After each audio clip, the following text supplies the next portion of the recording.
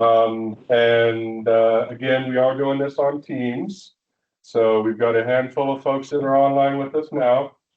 One of the things that I've been learning as we're like in Vegas, the reason I wanted to set up as a Teams meeting was to record this so anybody that doesn't make it can watch. But I've also learned that it allows you guys, if you want to start off in here and then go back to your cubicles at any point this morning, feel free. You can go back to your cubicles. You can join on the Teams meeting. You can listen in as you need to. You can fade out as you need to. I understand everybody's busy. You're looking at different parts of the training. You're needing different parts of the training. So I try to make it as flexible as possible where you guys can still go out and do what you need to do throughout the day. So we'll keep that in mind. And I'll introduce myself real quick. Dylan Rader. I am fire planner for formerly Nevada BLN, Nevada State Office, currently Nevada Wildland Fire Service. And part of my responsibilities in that position is doing WFDSS training on an annual basis. And over the last 5 years, we've done this in a variety of different formats. We've done single virtual only trainings during COVID. And now we're back to the model of doing in-person training, which is really good for me. Because I'm kind of a lone wolf, you know, normally during the year. I work for Nevada State Office, but I work out of Elko. But the job that I'm in allows me to do that, obviously. But being able to come to the districts and talk to you guys face to face and meet everybody and have those discussions, right? I mean, there's a lot of things outside of WFDSS that we're going through right now too. So at any point during the day, if you want to come up and have a discussion about fire danger operating plans, authorities, delegations of authority. I know there's a lot of questions right now. So yeah, let's have those discussions and we can start figuring out what we need to figure out. The reason I bring that up is because as part of my introduction, you all know what WFDSS is. I don't need to spend a lot of time explaining what WFDSS is. We're going to get into the WFDSS platform today. Part of today's training is you guys are actually going to be in WFDSS. So hopefully you'll have your accounts set up. If you don't have your account set up yet, I'm going to ask that you get into the agenda, follow those instructions on the agenda at some point this morning, even right now would be a great time, and request your account in FAMOFF because I can go in. The other secondary benefit of this training is that I spend half an hour just getting everybody who's here that don't have their accounts and getting them set up and making sure that you guys can log in and making sure that we maintain that access on an annual basis too. That's a big part of the job. I mean, you may not think it is, but when you go from district to district and you start having all of these different WFDSS accounts, just maintaining that account and those different accesses and production and EDU is quite a challenge and part of the workload. So that's another part of my responsibility. So secondary benefit is anybody that doesn't have an account, if you want an account, you'll be able to walk out of it by 10 o'clock this morning with an account. If you put that request into FAMOFF. And I'm also, as far as housekeeping goes, I'm passing along a sign-in sheet.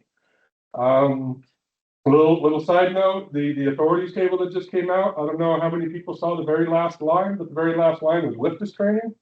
And I thought how timely, you know, I mean, the authorities table came out right when we're putting on our WFDSS training. So yeah, part of our new authorities is, you know, we're obviously going into the fire season knowing that we're doing joint delegations of authority or joint leaders intent letters to be specific, but also joint approvals on WFDSS decisions as far as for fire specific and what we're focusing on today. And then there's also, you know, prescribed fire plans, there's dual authority on that. So in my mind, that makes systems and processes such as WFDSS, while they still may be part of our process, you know, and some people may consider them part of the process that isn't necessarily needed, it forces us to come in and collaborate and create a decision together. And through the WFDSS process with dual approvers and multiple approvers, now there's a single decision space where you go into WFDSS, draft that decision rationale, make sure that you have buy-off from all of those approvers, whoever they're going to be. They're going to change from fire to fire, just like they always have. But make sure that those people have their information into the decision rationale and the information that needs to be included by policy in that decision rationale before the decision is published. So I'm a plans chief, right? I mean, if you guys have worked with me in the past, you know that that's kind of my strength in the ICS system is on the plan side. There's an old Eisenhower quote that says, plans are useless. The planning process is invaluable, right? And I may have butchered that to some degree. May not be exactly right. With this is no different, right? The actual PDF decision that we get out of with this, well, yes, it is important if we put operationally relevant and important information into our decision rationales. But at the same time, the WFDS decision that we get at the end, the PDF document, isn't the benefit of WFDS. The benefit is getting everybody in the room and talking through what that outcome looks like to be successful from all of the jurisdictional authorities, and knowing what that outcome needs to look like to be successful at the end, and making sure that we're all working towards that goal. And with WFDS, that's going to be our venue to where we can have those discussions. If there's conflicts on fires, you can work out what those conflicts are, put those in the decision rationale, and know that this is a decision moving forward, and this is agreed upon between Bureau, between Fire Service, and between any other agency administrator that happens to be part of that decision. So that's the importance of the training from my point of view, and try to make it a little bit more relevant to what's going on right now with the transition with the service. So I'll get into my background, give you a little bit more, but I did want to do introductions real quick, just so I kind of know who you guys are, and give anybody a chance to introduce themselves who's not part of your group. So you want to start? Yeah, Matt Crosswick, working in the fuel shop here in Carson, could help the local unit with the WFDS on the home front as well with the Nevada Type 3 team. So try to sharpen up on it. Adam Toomey, the fuels program manager. Will Chatham, I'm the district fire planner, so the local version of Dylan. And so this program is also one of my core responsibilities during fire season. Paul Busley, recreation and national conservation area program manager, and just recently agency administrator. Now Bureau rep, right? Oh, we don't know. I guess. Right. Yeah. Thank you. Zach Reichold, I'm the Stillwater Field Manager, and I am a agency administrator trainee. And thank you for your patience in setting up my WFDS account. And after I made multiple versions of me in there that needed to get approved. I've seen it all. I've seen it all. Worked as an assistant field manager at Stillwater, and also had my agency administrator trainee book open until just recently. Thomas Mendoza, Rangeland Management Specialist. I just thought of training with online. I don't really know what this is and stuff, but I'm just go along for the ride. Outstanding. Thank you for being here. Jason Wright, archaeologist for Stillwater and Reeve.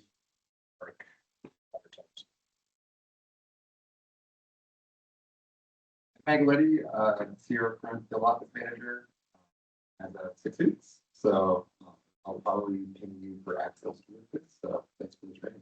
Good. Kim Dow, District Manager for the Park City District and agency administrator. Outstanding, outstanding. And Kim, I'm going to give you a heads up. I'm going to ask the online folks to introduce themselves. And then when we come back, would you mind giving a few words about your past experience with WFDS and why you think WFDS is important? Yeah, sure thing. Perfect, perfect. Thank you. And we do have some online folks. So if you guys who are online wouldn't mind coming off camera and introducing yourselves, and Brock, if you want to give some words regarding the use of WFDS as well, too, that would be outstanding. Hey, absolutely. And thank you, Dylan. Brock Eulig. I am the Assistant Chief for Fire Operations for Nevada. I almost said BLM Nevada, so I got to be careful with that one. And I'm glad to see that there's still our Bureau representatives there. For as we go into this process, there's obviously changes that are going on, and I think the main thing that we need to focus on is, despite the changes, we know what success looks like. We know that it takes the group of specialists and experts that know the land to be able to make the best decision for the fire. And so involvement from the jurisdictional agencies is paramount into this. And so I really, I would hate to see this change result in a process where we don't have a collaborative or really an analysis going into WFDS where we're not taking in all factors. We're only looking at it from the fire perspective, because if we are, we're going to get worse decisions, just plain and simple. So making sure that we have integration with all of our partners is critical. So thank you, Kim, and your leadership team for having folks there and dedicating the time to this, because this is a crucial process that we don't want to lose. You're welcome, Brock. Thank you, Brock. Yep. Yeah, and then just for the online folks, just whatever the participant list order is, if you guys wouldn't mind coming off camera and maybe introducing yourselves real quick. Good morning. This is Andrea Allen. I'm the budget analyst for Carson City District Office, and I'm looking forward to learning more about the wildland fire.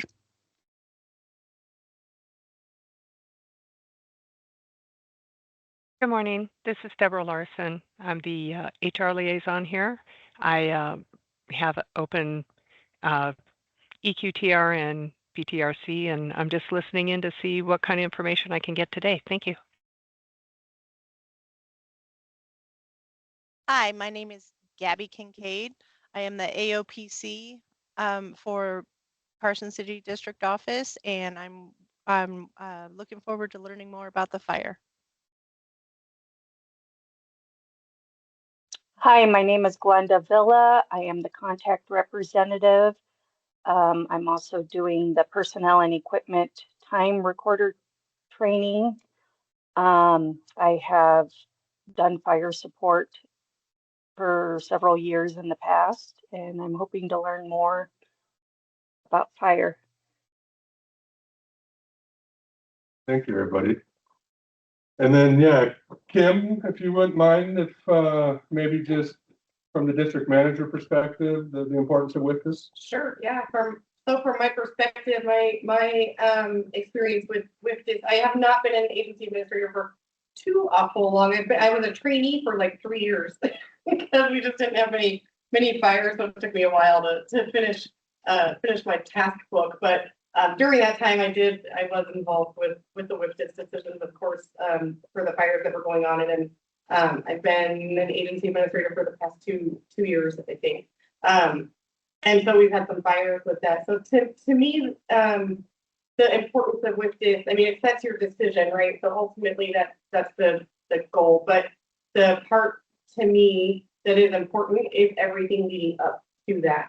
When we, in our district, at least when I'm the agency administrator on a fire, for the handful that I've been agency administrator on, we get in a room, right? Adam is right there, Matt's right there, everybody, Will's there. We have all of our folks there who are knowledgeable about the fire, but then we also have all of our reef information there. So we are coming together as a group and understanding what are the risks from a fire perspective, what are the risks to our resources, what resources are out there, what are our options, and we work together to figure out what our priorities are and what our decision, what our direction is going to be to the team that is, or the teams that are coming in to fight the fire. And that is incredibly important because as an agency administrator, that's your very first thing, is to get up and tell the team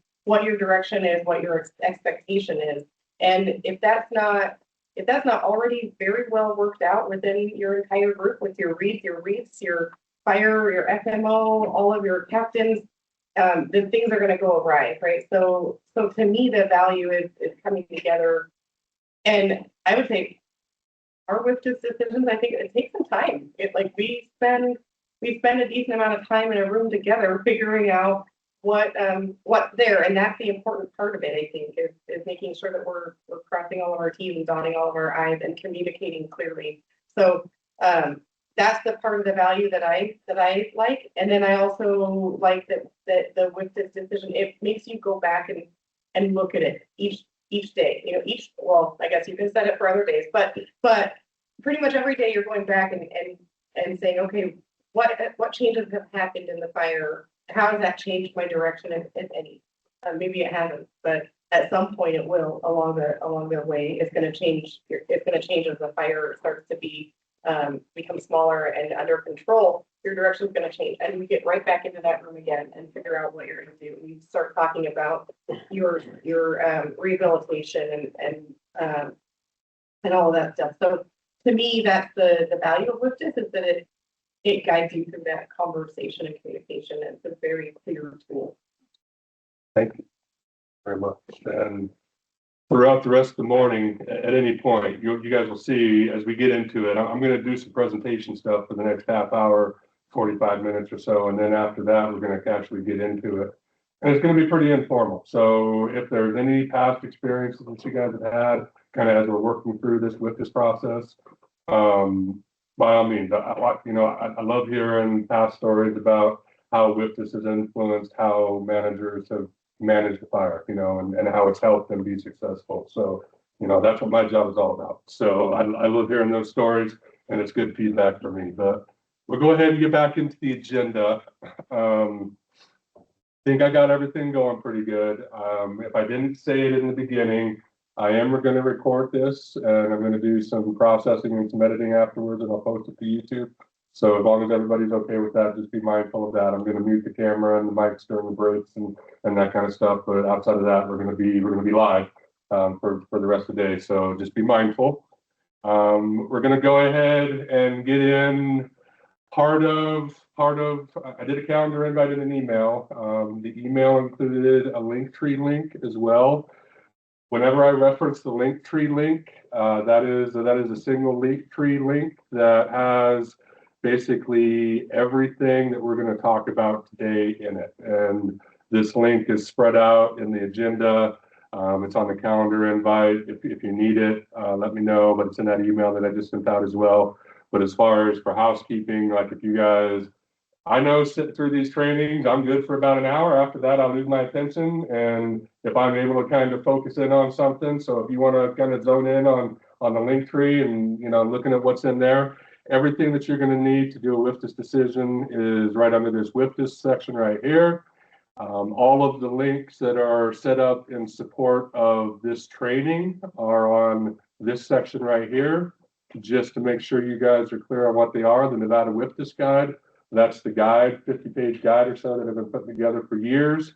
That's available right there as a PDF. You click on that, you have that template that you can cut and paste from into your decisions if that's how you want to use it. Otherwise, it's a good how-to guide, and it's also got checklists. We've got some checklists that we incorporated that I'm going to get into here in a little bit as well. The agenda that we talked about, part of the email, there's a shared FireNet drive that everybody has access to.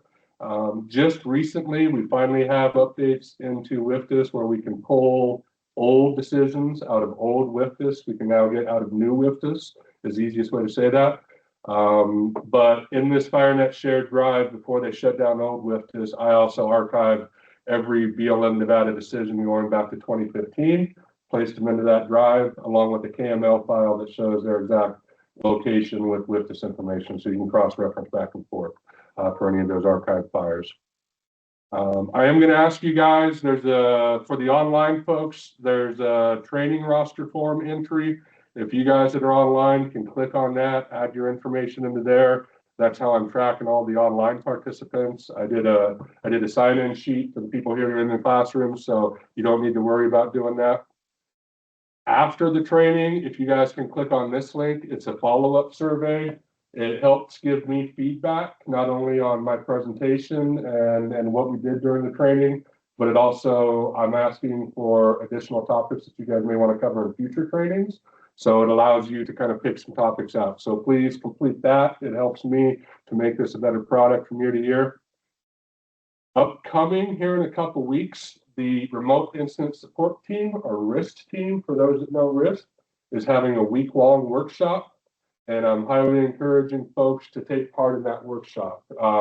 Not only is it set up for people that potentially want to work under the RIST program as remote support specialists, but it also is going to have WFDS training and WFDS fire behavior modeling training during that workshop as well. So I'm highly encouraging anybody that's got the time. If you click on that link in the link tree, it goes to a Microsoft form, you give it your information, it sends you all the information you need to go from there. But more information, more training. And then this last link right here is 2 weeks ago, the Forest Service RDNA did their refresher. That is the recorded version of their refresher. And then as I continue to complete the Nevada trainings, I'll add all of the Nevada trainings in here as well. So we'll have one consolidated location for all that information and all those trainings. So I just wanted to highlight that. There's a lot more information in there. I'm not going to cover any of that. I just want to focus on the WFDS training section today and make sure that you guys know when I'm bouncing back and forth that that's what I'm referencing. So that's the link tree. Again, I'm going to minimize this, just get that out. If you don't already have your account, please request it now. As of 1800 last night, anybody that had requested their account should be approved. If you do need your account set up for the training today, though, by all means, get that in. And then once I get a second, I'll go log back in there and actually do the approvals. And it may take me an hour or so to hit a point in the training when I can do that. But we'll get you approved this morning and you'll be able to access. Now, there's 2 platforms. And for the folks online, too, make sure if you do sign up, there's 2 platforms. You need EDU and you need production. WFDS production is WFDS production. That's where the action happens. WFDS EDU is WFDS training. So all of the training that we do, all the simulations that we do, that goes into the training side. They look identical except for banners. Training has a green banner. Production has a black banner, maybe a brown banner. But you need to request access to both. As part of that, you also need to maintain both of those accounts. So if you don't log into your accounts in a 12-month period, you lose access to it. And all you have to do is re-request it. But make sure that you're logging in at least once annually. So that's the third benefit. That's the third secret benefit for this training, is by me coming here to your guys' district and you sitting through this training, I'm forcing you to log into WFDS EDU and reset that. And once you log into WFDS production, it resets you for another 12 months and you're good for both platforms for 12 months. But please make sure that if we do set up your accounts, and it's really easy, especially for somebody that may be logging in WFDS only once a year. Yeah, I totally understand how it's easy to lose access. So, but just make sure you're logging in at least once a year to both of those platforms. When you do the request, you can do one request for both platforms. But if you don't select both EDU and production, make sure that you have access to both platforms. Yes, Kim. Sorry, I'm a problem child. Every year I'm your problem child. I recently got an email saying that I lost my access to the EDU one. Is that because I wasn't logging in? Mm-hmm. I don't think I knew I needed to do that. So now I need to request access again. Yeah. Or just remind me, I can go in and update your profile during the break too. Oh, okay. Yep. Last week I got an email saying that my role got changed. And was it UAT, was it EDU, or was it PROD in the email? So in that email, it's sending it out for each platform. If it's sending it out for UAT is a platform that when we were going through the development of WFDS next generation, at the time we were calling it, we had asked people to sign up for user groups and to be part of user groups, and all of those people got signed up for UAT accounts. Now they're taking away all the access to those UAT accounts because those are just for the software developers. So you may get an email saying that it's UAT. As long as it's not production or EDU, you're okay. If it says EDU. It says EDU? Yeah. So yeah, same thing. You just need to log in. I'll take care of you during the break, but you just need to make sure that you log into that EDU. Okay, yeah, I had to. Yeah, we'll get you taken care of. Yeah, so that's another part of the training, the benefit of the training. If you cannot sit through the whole training, what I'm asking folks to do, and even if you're online, live virtual with us right now, or if you're online watching the recording, is go through and update, log into both, log into production and log into EDU. That's an unfortunate thing. You do have to do this, you know, like you have two different profiles. So you have to log into each profile and do this in each profile. But update all of your information that's in your profile for each platform, and make sure that there is a cell phone number that people can get a hold of you at. And this is the thing I get, you know, I get up on my little soapbox, and I say this every year: make sure that the information that you put in there is the best way to get a hold of you. Don't put a front desk number, don't put a dispatch phone number, don't put, you know, any of those other phone numbers that people used to use in the past. Put your cell phone number in there, because if somebody's trying to get your contact information out of WFDSS, they really need to get a hold of you. And it's an emergency. Literally, it's an emergency. So please make sure you put your cell phone number in there. One thing is the agency is set to BLM, geographic area is set to, there's a unit ID field in that profile. I'll show it here when I log in. Don't even worry about trying to set that unit ID. It's a bug in the system. You'll be able to set it, you'll hit save, you'll sign out, you'll sign back in. Next time you'll see that you still don't have a unit ID associated with you. As long as you have your geographic area set to Great Basin, you are good. And also, if you ever go to another area outside of the Great Basin, know that you will need to log into your profile and change your profile to whatever geographic area the fire is that you're working under. That way, when people filter down responsibilities and so forth, your name is associated with that geographic area, which is associated to that fire. So when you're in the Great Basin, everything stays in Great Basin. But if you're going outside of the Great Basin to do anything in a WFDSS role capacity, just make sure you change your geographic area over to that geographic area. The other big thing this year is the approver. Obviously, and we're going to get into it here a little bit when we start talking authorities. But with the dual approval authorities on WFDSS that came down through those authorities tables, and just to review that, the Wildland Fire Service 2 weeks ago issued out the authorities tables that kind of lays out the transition plan between Wildland Fire Service and Bureau, and what responsibilities and authorities the bureaus maintain, and what responsibilities and authorities the Wildland Fire Service picks up.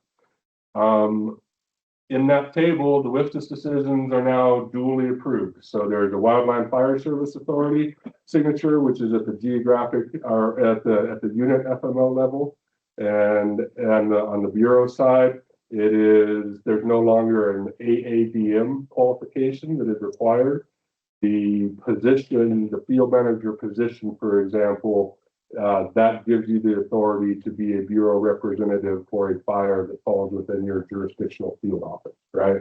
So similar to what we had before, there's no other changes to the delegation process on the bureau side that I'm aware of.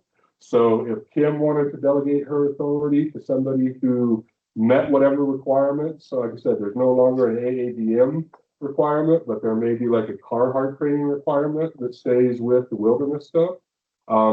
Kim still has the authority to delegate down whatever that used to be under the 1203. There's been no changes to that as of yet. So just kind of keep that in mind. Not saying that there won't be future changes, but as of now, there's been no updates to the Bureau 1203.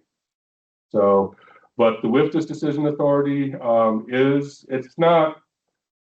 it's really, I mean, it's not a lot different than what we used, because fires always maintain an active role in the decision. I mean, we made it clear that it's the agency administrator's decision and that fire supported it and recommended the decision, obviously, but it was always the agency administrator's single authority, or multiple agency administrators if there were multiple jurisdictions, but it was that jurisdictional authority that approved the WFDSS, where now there's Wildland Fire Service approval and Bureau approval. So if there's any questions on that, we're going to cover that more as we get in. And then lastly too, but the reason so I went on through all that. The reason why that is important is in your profile, if you are in one of those positions that you are going to be a WFDSS approver, You need to self-certify that in WFDS. So WFDS doesn't cross-reference IQCS, it doesn't cross-reference DOI talent, it doesn't cross-reference any other. The only thing that certifies that you are an approver is you checking this box in your profile and you certifying the statement that you meet all of your agency's requirements and you have the authority to be considered an approver. So make sure that you do that. You need to do that on both the EDU and production side. And realize that new WFDS is different than old WFDS. Only the approver has access to the decision rationale tab now. So gone are the days where an agency administrator could have somebody type up their decision rationale for them, and all they had to do is go in and push the button and approve. Now you have to be an approver to even see the decision rationale tab before a decision is published. So the approver is required to actually go in and type their own. There's ways around it, but what that's doing is making the approver have to go in and actually type it into the decision rationale, and nobody other than those approvers can do that. So another change to WFDS anyway. All right, give me another 20 minutes or so, and then we'll go into a break.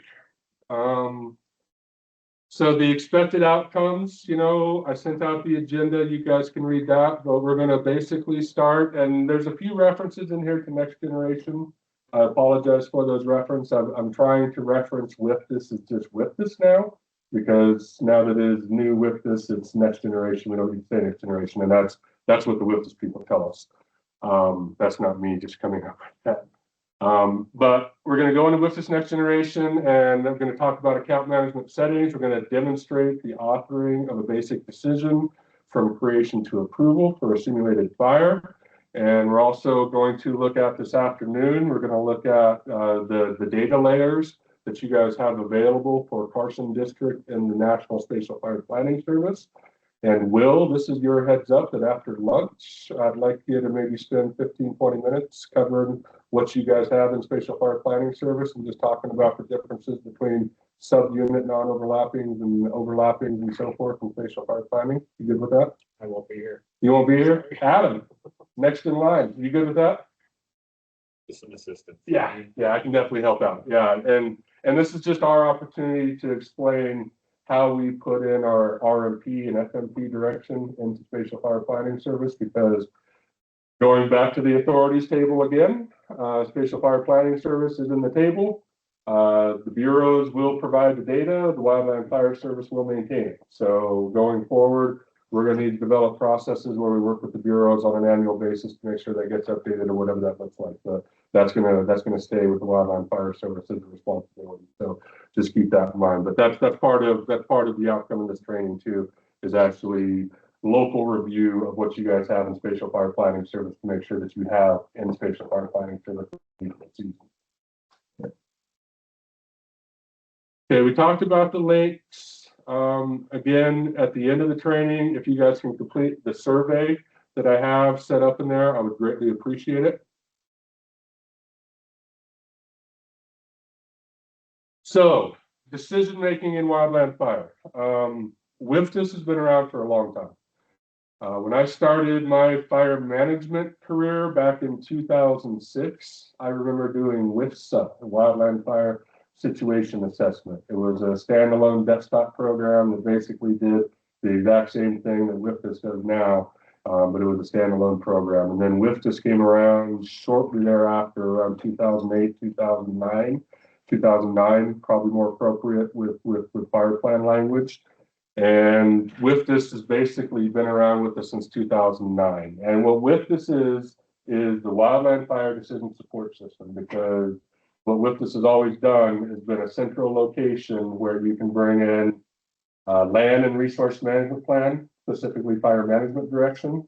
You can bring in situational assessments such as weather, such as fuel conditions, such as current fire situations, and you can bring all that information, synthesize it through analysis, and create a decision document that then publishes and documents what that decision is in WFDS. All of that is driven by WFDS, and all of that was driven by the 2009 updates to the federal wildland firefighting policy that we base all of our FMPs off of and all of our fire planning. So you'll see a lot of the bullets here. You know, I think this presentation was probably developed originally around 2014. And in 12 years, do we still have the same issues? Absolutely, right? So what does that tell us? That we're going to continue. I mean, we're never going to fix these issues, right? We need to manage these issues. And WFDSS allows us to manage these issues to the best of our ability, such as resource availability, right? WFDSS allows us to be very specific about which management actions we're taking on fires, specifically thinking about scenarios when we get into PL5 and we have a shortage of resources nationally and we don't have enough resources to put on the ground to put fires out. We need to be able to document that and rationalize what we're doing within our decisions. If we have policy that says that we have to go direct and put every fire out, go direct, put every fire out. There's going to need to be some considerations for there. Cost, right? Management of large fire cost. I think WFDSS is going to play an increased role moving forward in tracking cost as well. I hope there are some improvements to the business side. Right now, the only financial tie into WFDSS is there is a cost limit that is part of the WFDSS decision that is generally just an estimate of what the large fire cost is going to be. Maybe in the future, there's some additional interoperability with business systems and so forth, where WFDSS actually tracks fires costs live, you know, dynamically. The smallest percentage of total wildland fires are the large fires, accounts for the largest amount of expenditures. No different today, right? 5% of our fires take up 95% of our budget. That's the way it always has been. That's the way it always will be. Initial strategic response decisions are most important in terms of resource commitment and expenditures. So, there's a lot of ways you can interpret some of these bullet statements, but to me, what this is saying is that those decisions that we make within the first 5 days of an incident are critical to the long-term effects of the incident. Whether we're successful, what the fire does, what we do within the first 5 days is critical. And WFDSS helps to guide those initial strategic responses once you start transitioning from initial attack to extended attack. And I know every district kind of has a different window of what that looks like, but I'm always thinking about a 5-day period. So that's what it kind of means to me. So we talked about the 2009 policy implementation guidance. These are some of the exact bullets. The first bullet is, the one that we always talk about. That is the policy that at the time allowed us to concurrently manage a fire for multiple objectives, right? So prior to this statement in 2009, if a fire was full suppression, it was full suppression until it was out. This statement in 2009 allowed you to manage Division Alpha as a full suppression, manage Division Zulu as a monitor, manage to, initiate point protection on Division Tango, whatever that looks like, but that allowed us to manage a fire differently across the extent of the fire. The other aspect of the 2009 policy guidance is that bullet there on the bottom right. Managers will use decision support process to guide and document wildfire decisions, provide situational assessment, analyze hazards and risks, define implementation actions, and document decisions and rationale for those decisions. So that is the basis of WFDSS.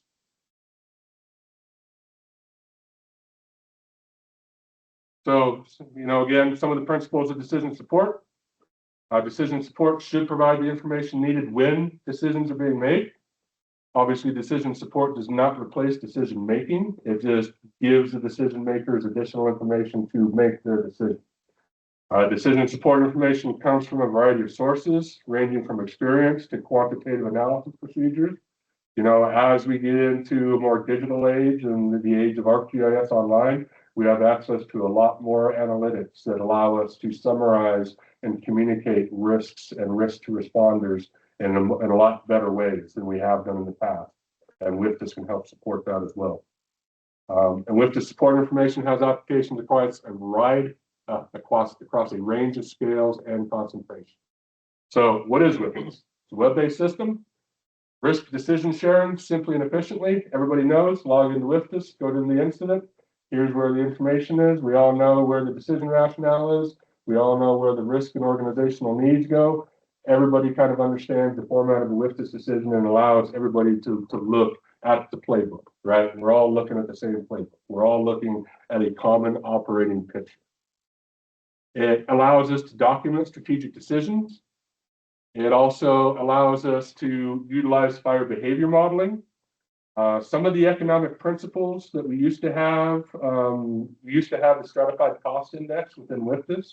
Stratified cost index is no longer a thing. Forest Service kind of threw it out. But there's still some different economic models that you can use to help track fire costs and kind of see where you're at on the continuum of fire costs. And then information for completion of an operational plan. I gave you guys, earlier I told you I was a plans chief. As a plans chief, the very first thing I do after an in briefing, before an in briefing, very first thing I do when I get an order is I go into WFDS and I download the WFDS system. Because as a plans chief, if the local unit has done their due diligence in the strategic action section of WFDS, and they've included good, strong incident objective or incident requirements, I can translate those into operationally relevant objectives that go into the ICS 201 and the next phase IEP. And that's my job as a plans chief, is to help the IC translate those objectives into incident objectives that go to an IEP that inform what the daily division assignment tasks are on your 204. That's how your WFDS decisions should flow down. You should be able to see what a division supervisor is doing on day 6 of your fire, and whatever that division supervisor's workload looks like on the 204 should be in alignment with whatever your WFDS decision said on day 1 of the fire. And if it doesn't, that's when you go through that strategic alignment process and make sure that, hey, let's get these guys back on page. But wait, there's a new WFDS.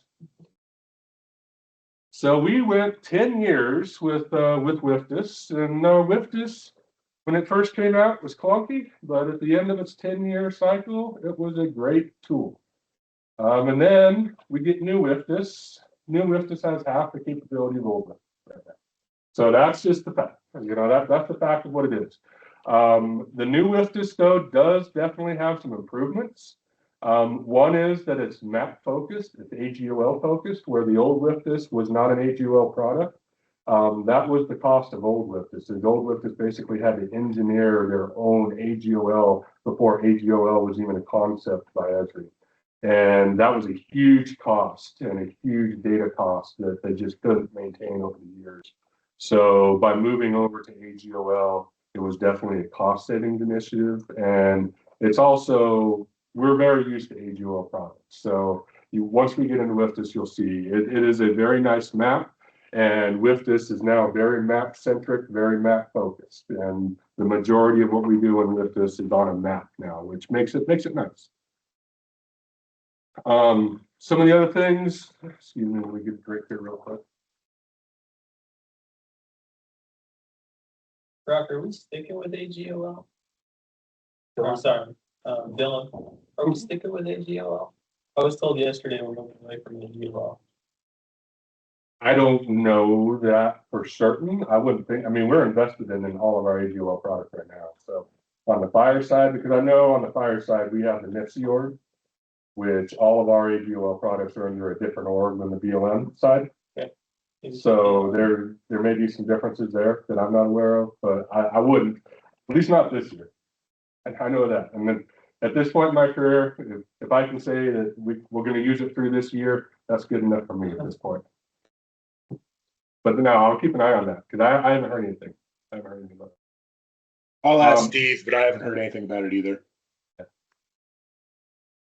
So it does bring in all of the RMA dashboard analytics that we started talking to the last couple of years.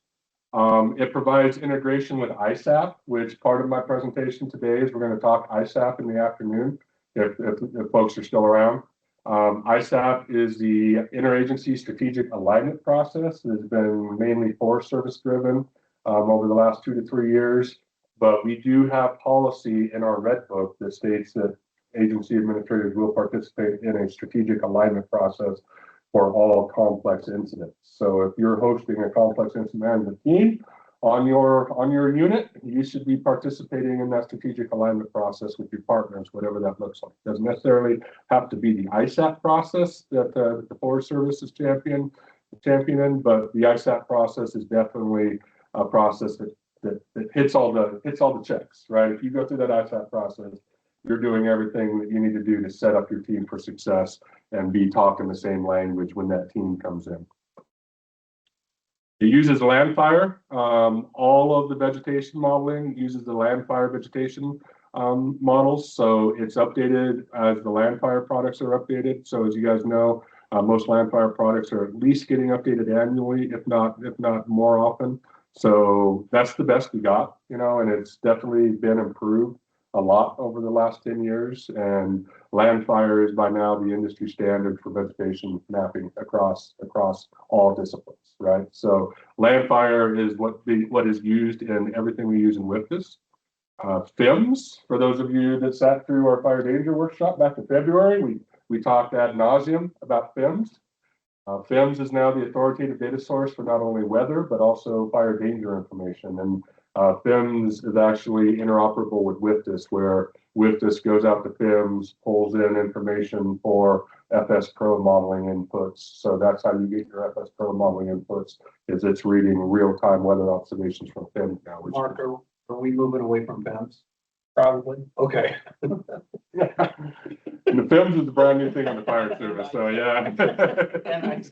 Okay, just because you need to know. Yeah, exactly. And then the big thing with WFDS is we used to have to go through this whole process to get our data updated in WFDS. We have to get NOC GIS specialist approval.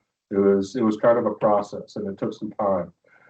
With the Spatial Fire Planning Service, local units have the ability to update their information on the fly, right? So we can update, if you guys get into WFDS and you notice that there's a reference that's out of date, we can fix that within just a matter of a couple people doing a couple of things in the Spatial Fire Planning Service, including Will locally. He's got the data manager role that allows him to change anything that needs changed. So that is good, because now all of that data is very useful, right? What we used to take a long time to update, now we can update it, we can streamline it, we can make it operationally relevant.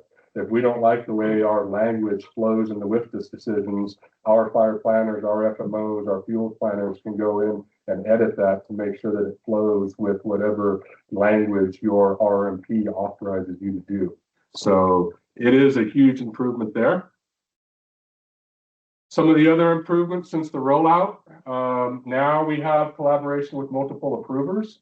Last year, if you remember when we did this training, WFDS Next Generation was just rolling out. One of the major bugs was you can only have one approver in the WFDS decision. So luckily that got fixed, and now you can have multiple approvers, which facilitates that process that we're going to talk to as far as the authorities.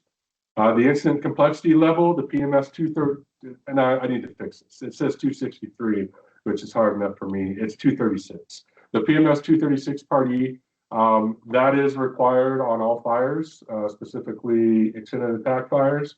That it can be completed in WFDS. You can do the PMS 236 if you want to, but if you do the PMS 236 portion of WFDS, that accomplishes the requirement to do that PMS 236. And that changed since last year.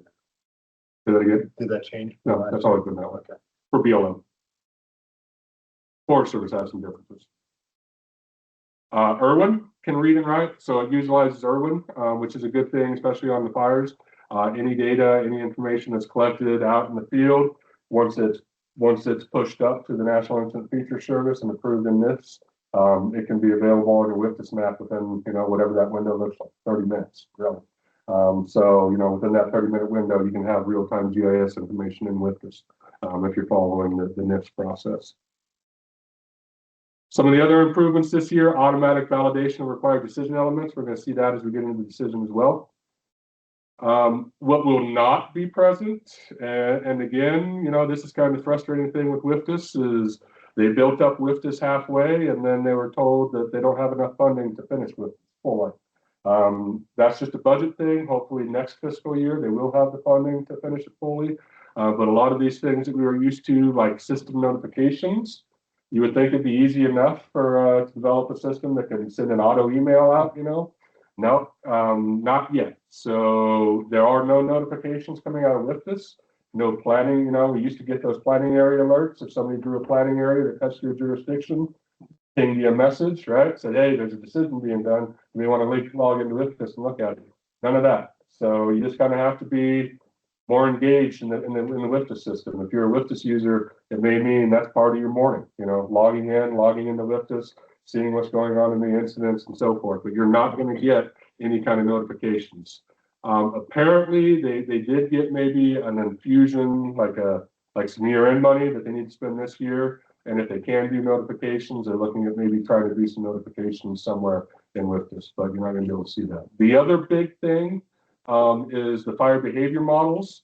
Again, for those of you that took part in our spring preseason meeting, our spring meeting last week in Reno, we did an IFTDIS fire modeling. We did 90 minutes of IFTDIS fire modeling with Kim Ernstrom, who is a retired LPAN who still works with IFTDIS. Great training, and unfortunately, FS Pro is all the fire modeling we can do in WFDS still.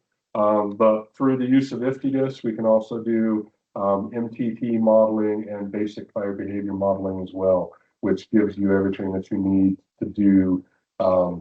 Basically, anything that gives you everything you need to assess values at risk, assess the time frame of a fire impacting those values at risk, and also being able to, through analysis, what is the anticipated flame length of the fire. So if it's 12-foot flame lengths, it's probably going to be pretty severe burn. If it's 6-foot flame lengths, probably less severe, correct? So that's the information that you can get out of the fire modeling and can help you inform your decision. Incident history too, that's still not a thing. In old WFDS, it maintained the log. Most people didn't know about it, but I could download a spreadsheet that would show every action that was done on that WFDS with a timestamp and who did it. I can't track that in current WFDS the same way I could track an old WFDS. So incident history is something that they're working on too. So this was this is kind of a last second ad for me. I don't know how many of you guys were able to watch the RDNA refresher. But Jason Fallon, who is the Intel branch chief for the Wildland Fire Service, actually talked, and this was his slide. I just copied and pasted his slide, but I thought that it was good that at least at that level we're starting to talk about how WFDS is used at the national level, because a lot of the information that gets shared in our processes, whether it be an NMAC process or a coordinating group process, that information is available in WFDS, and if most users just have the ability to log in WFDS and understand WFDS enough to navigate through a decision, look at the map, look at the analysis that's included in the decision, they would see that all of this information that's being asked for and all these other processes is available to you in this one system. So, hopefully WFDS gets a little bit more attention now that there's the need for that common operating picture and that centralized collaboration. Hopefully, the powers that be recognize the power of WFDS and can see that. So with WFDS, we simplified the roles. We used to have 12 roles. Now we're down to 5. Those 12 roles are basically viewer, editor, fire behavior analyst, geographic area editor, and support. I'm a geographic area editor. As a geographic area editor, I have all of the roles below me. So similar with the fire behavior analyst, if you have the FBAN role, you also have the editor role and the viewer role. Everybody needs editor role. When you sign up in FAMOFF, it defaults to this viewer. Viewer role doesn't buy you anything in either platform or WFDS. So make sure that you check that editor box when you're requesting access, because that's what you really need. I did want to talk fire behavior modeling too, just to the degree, again, we could spend hours, days, weeks talking about, the analysis that's available to you through WFDS. This is a table that's also available in the guide that I'm leaving behind as part of the training. That's on the link tree. This kind of summarizes, and I know that's hard to read right here, but basically this is basic fire behavior. This is what we used to call short-term fire behavior. this is near-term fire behavior, and this is FS Pro. So each of those models will tell you something different. And each of those models is based on different assumptions. But if you don't understand the assumptions, you don't understand the model. And a lot of people misinterpret models. For example, FS Pro models, people see an FS Pro model and they automatically associate the probability bands with the perimeter, okay? FS Pro is a probabilistic model. It's not a deterministic model. Those probability bands are not a perimeter. Those probability bands are that any pixel within that band has that probability of being impacted by a fire, not that the entire fire is going to have that shape. So you need to understand what the models will tell you. If you don't understand, reach out and ask for help. There's a process that we're going to highlight too, the RIST process. We've been set up under the RIST process now for 2 years. And what that allows folks to do is if you don't locally have the knowledge or the depth to have somebody give you an FS Pro run, you can request through that RIST form. It's about 15 questions. Once you hit submit, within 2 hours, you're going to have an LPAN working on your fire behavior run, and they're going to be asking you for input. And the reason why I want to bring that up now, and I want to put that on your agenda now, is if you do that early in the WFDSS process, you'll have that analysis in the time to do your decision. Where if you wait until you're getting ready to publish a decision and then you ask for analysis, it's going to take another 6-8 hours, from that point forward. So if you ask for that analysis right off the bat, when you start working on the WFDSS decision, it'll be ready for you to actually use for decision support rather than just being a product that gets delivered 2 days after the fact and it's no longer useful. So keep in mind the relevance of the timing and how you request it as well. We do have local depth, local capability. I think Carson, you guys have, right? Don, your FBAN. Anyway, your role, you have the FBAN role in WFDSS. Yeah, I got the role. So keep in mind there's an FBAN qual, and then there's the fire behavior analyst role in WFDSS. 2 different things. Okay, you don't have to be an FBAN to be a fire behavior analyst in WFDSS. So that was one question I was gonna ask. We may have some folks that locally can produce products, but are there any restrictions of putting? They're supposed to have S495. Okay. So they've taken S495, and there's no call that was just kind of the general guideline in the past. So I'm pretty open. I mean, if somebody expresses the need and they've got a potential to be a future FBAN, we can get them the FBAN rolling with this training. With this training, we can get anybody anything they want. I just want to make sure we don't put something in a decision that is produced by someone that technically does not have the skill set. Yep. Anything that goes in WFDSS is a fire behavior, is a WFDSS fire behavior analyst. Okay. That's not a qualified FBAN giving you a qualified fire behavior forecast. Yeah. That's my only, I want to make sure we don't step over a line. Sure. That's a good question, though. That is a line. And a lot of people don't understand that, right? But that is how it works. So other questions on that?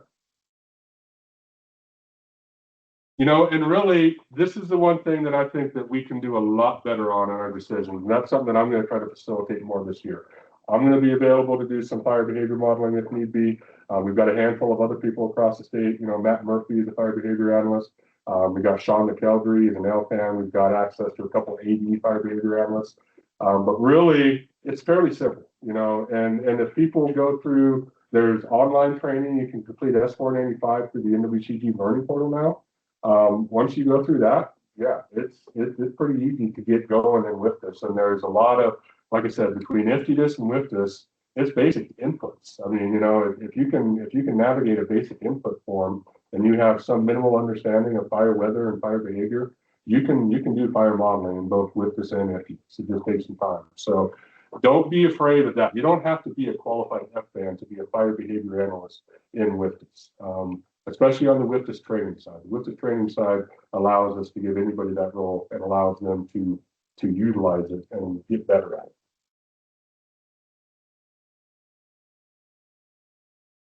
So how is WFDSS used in the risk-informed decision process? So obviously, we've got step 1, identify the problem and gather all of your information.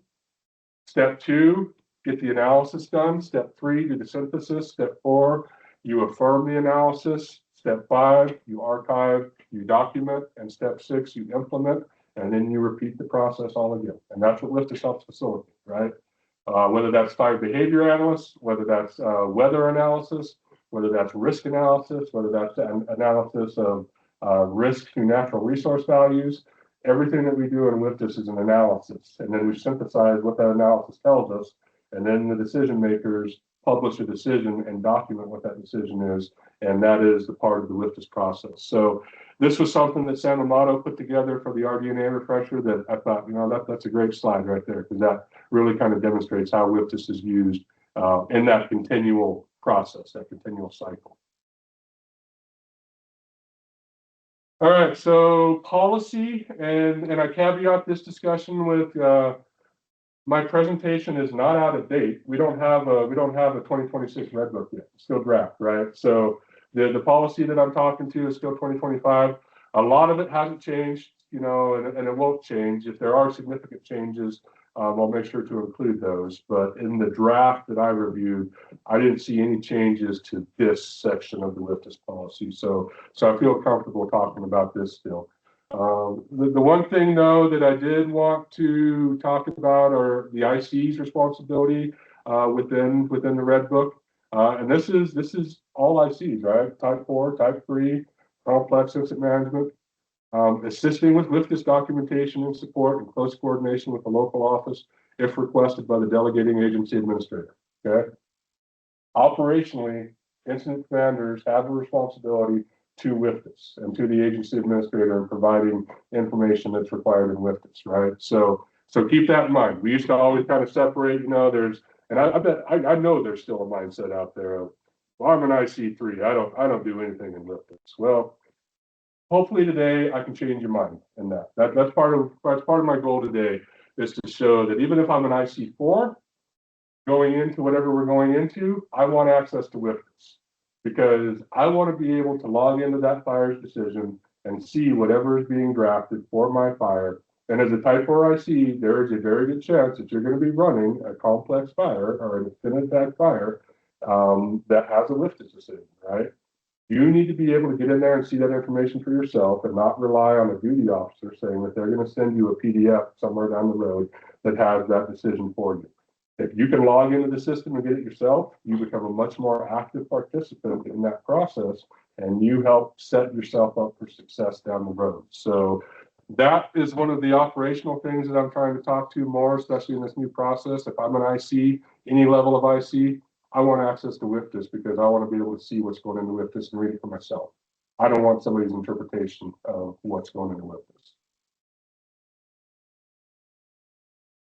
So some of the other things, you know, and this is all policy, so I'm not going to go into it. I just want to highlight what I think is important on each of these, and you can look at your red book and get all this information. But the published decision documents, and this is all at the bottom of the page there, strategic direction from the Land and Resource Management Plan, which of course our FMPs are just containers of that plan, right? We don't get any direction out of our FMPs. All of our direction comes from Land and Resource Management Plans that is restated by our FMPs. The published decision also includes incident objectives and incident requirements. So keep that in mind as we get into the WFDSS portion this afternoon. Incident management strategies and courses of action. Estimated costs for the duration of the incident. All affected jurisdictions. Agency administrators have reviewed and approved the decision. And it also documents the framework for the actions to be performed under that delegation authority. So here's where I want to give kudos to Kim. And last year you guys did a decision and you attached your leader's intent, delegation of authority to that decision. I like that. That was a great stroke. Whoever's idea that was, To my team. you get a WFDSS star. You get a WFDSS attaboy. And I would hope that maybe that becomes more of a process. This is the policy on what goes into WFDSS. These bullets right here. There's no set templates for what a decision rationale looks like. There's no set templates for what any of this looks like. This is the policy for what goes into a WFDSS decision. So it's up to us as WFDSS editors, as approvers, and it's up to us to make that decision operationally useful and relevant, right? So be thinking about that too. You have creative decision space within WFDS to make it a good document. So here's more policy. Initial decision will be published in WFDS when they escape initial attack, exceed initial response, or include objectives for both protection and resource benefit. That still hasn't changed. I don't see where that's going to change at all. Again, there's no hard and fast date. Doesn't say by day 3, by day 5. There's just transition from escape initial attack or when it exceeds initial response. In my mind, that's when you go to type 3, right? That's when you're making that decision to put a type 3 IC on the fire. They're doing the decision to do a daily IEP for the fire. They have, whatever level of support that they need. I don't know what that looks like. There is no hard and fast black and white answer. We'll talk about the scorecard that I developed. In my mind, anything after 5 days is late. So when I look at a WFDS decision, I'm using that 5-day window, right? As long as WFDS decision was at least coordinated and talked, and maybe not published, but at least you started working within that 5-day window, that's kind of the time frame that we're looking at. But as far as hard and fast policy, this is what the Red Book says, and unless we get different direction somewhere down the road, there is no exact black and white date. Let's see, other considerations, and when you read these, how many of these are everyday occurrences on the CR front, right? Affecting more than one agency, more than one administrative unit, yep, obviously. For example, more than one national forest, fires expected to burn into the WUI, significant safety concerns, air quality, present or anticipated.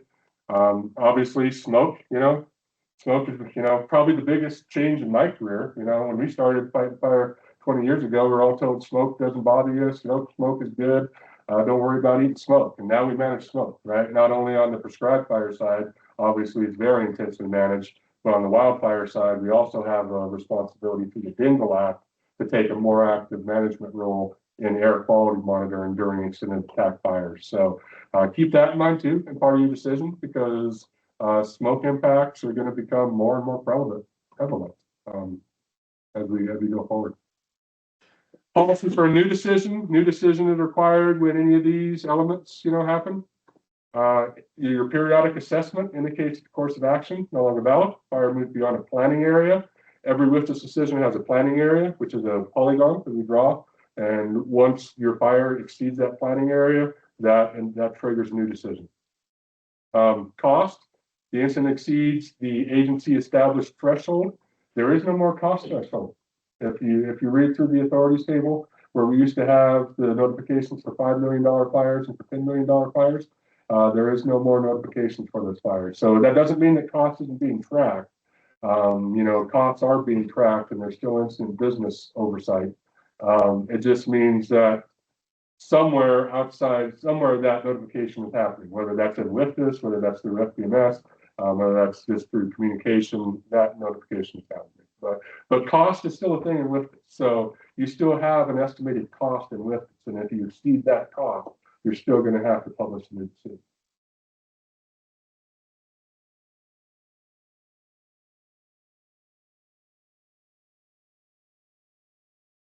So this language is also in the guide, but whenever we do a planning area, anybody that's got jurisdiction within that planning area automatically becomes part of the WFDS decision. Whether or not they become a full-on approver is kind of at the discretion of that agency. But there's specific language in the Red Book that kind of hits on a couple different scenarios. And again, this language is in the guide as well. But this is language that should be included in the decision rationale that documents who our cooperators are and what level of engagement they have. So be thinking about that. I'm not going to read it to you. It's in the Red Book and it's in the guide. There's some other things here. This is important. When BLM managed lands are included in the wildland fire planning area for a WFDS decision initiated by another agency, the BLM AADM must participate in the WFDS decision process. So, take that, read that statement as you will, but that tells me that, there needs to be coordination. We can't just assume that, just because it's crossing into another field office and we work with that other field office manager, we trust him to make our decisions. You still have, at least now in the Red Book policy, in 2025 Red Book, there was policy that stated that if the BLM agency administrator had to participate in that WFDSS decision. So the titles are changing. There's no longer an AADM, but I don't know what that's going to look like going forward in the future. But in the past, anyway, there was a requirement for that jurisdictional authority to maintain an active role in WFDSS and not just say, I'm going to rely on my neighbor over there because I trust that guy. We work with him all the time. I did a fire with him 5 years ago. He's solid. That's not how it should be. BLM used to formalize strategic fire planning on wildland fires. Again, this is that statement that I talked about. Right here at the bottom, BLM AADMs are expected to participate in the strategic planning process when BLM lands are impacted by wildfire, either as a jurisdictional or protecting agency. The ISAP process may be utilized to ensure alignment between incident management team and agency administrators. That's just may. Like I said, more often than not, if you're going to go through the ISAP process, if you're doing strategic alignment, you should be doing that ISAP process. And we're getting close, and we'll take a quick break because I know we're already over an hour into it. This graphic was also used by Sam Amato in the training, and if you look at the green, I know it's kind of covering it up here, but greens are the agency administrator responsibilities, yellow are the team's responsibilities, and the purples are the shared responsibilities. You can see here that the team has a responsibility to develop critical values at risk and that situational awareness, but at the same time, agency administrators have a responsibility to identify those critical values at risk and also to publish a WFDSS decision.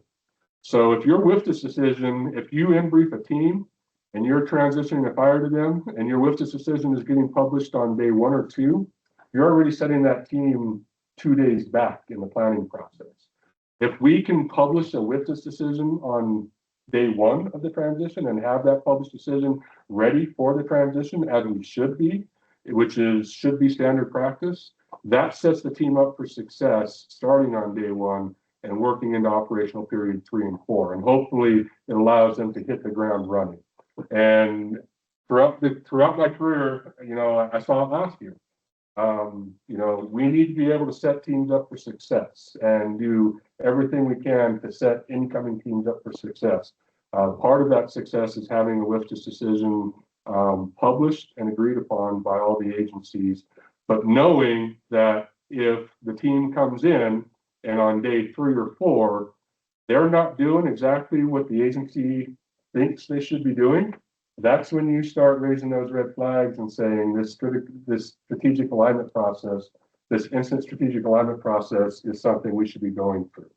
And what the ISAP process does is it identifies those 4 pillars down there at the bottom: critical values at risk, strategy and strategic actions, respond to risk, and probability of success.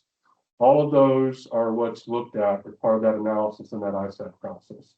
But on our side, if we can provide those critical values at risk, if we can provide a team with the top 5, the top 8, the top 10, whatever those priorities are, that's what they need to really get operationally going. And that's what this instant strategic alignment process is identifying what are those priority values at risk, what is it going to take to protect them, and what are our priorities for those protections. And if you can sit through that process, you can definitely get your decision back in alignment with what needs to happen. And we'll talk more about that.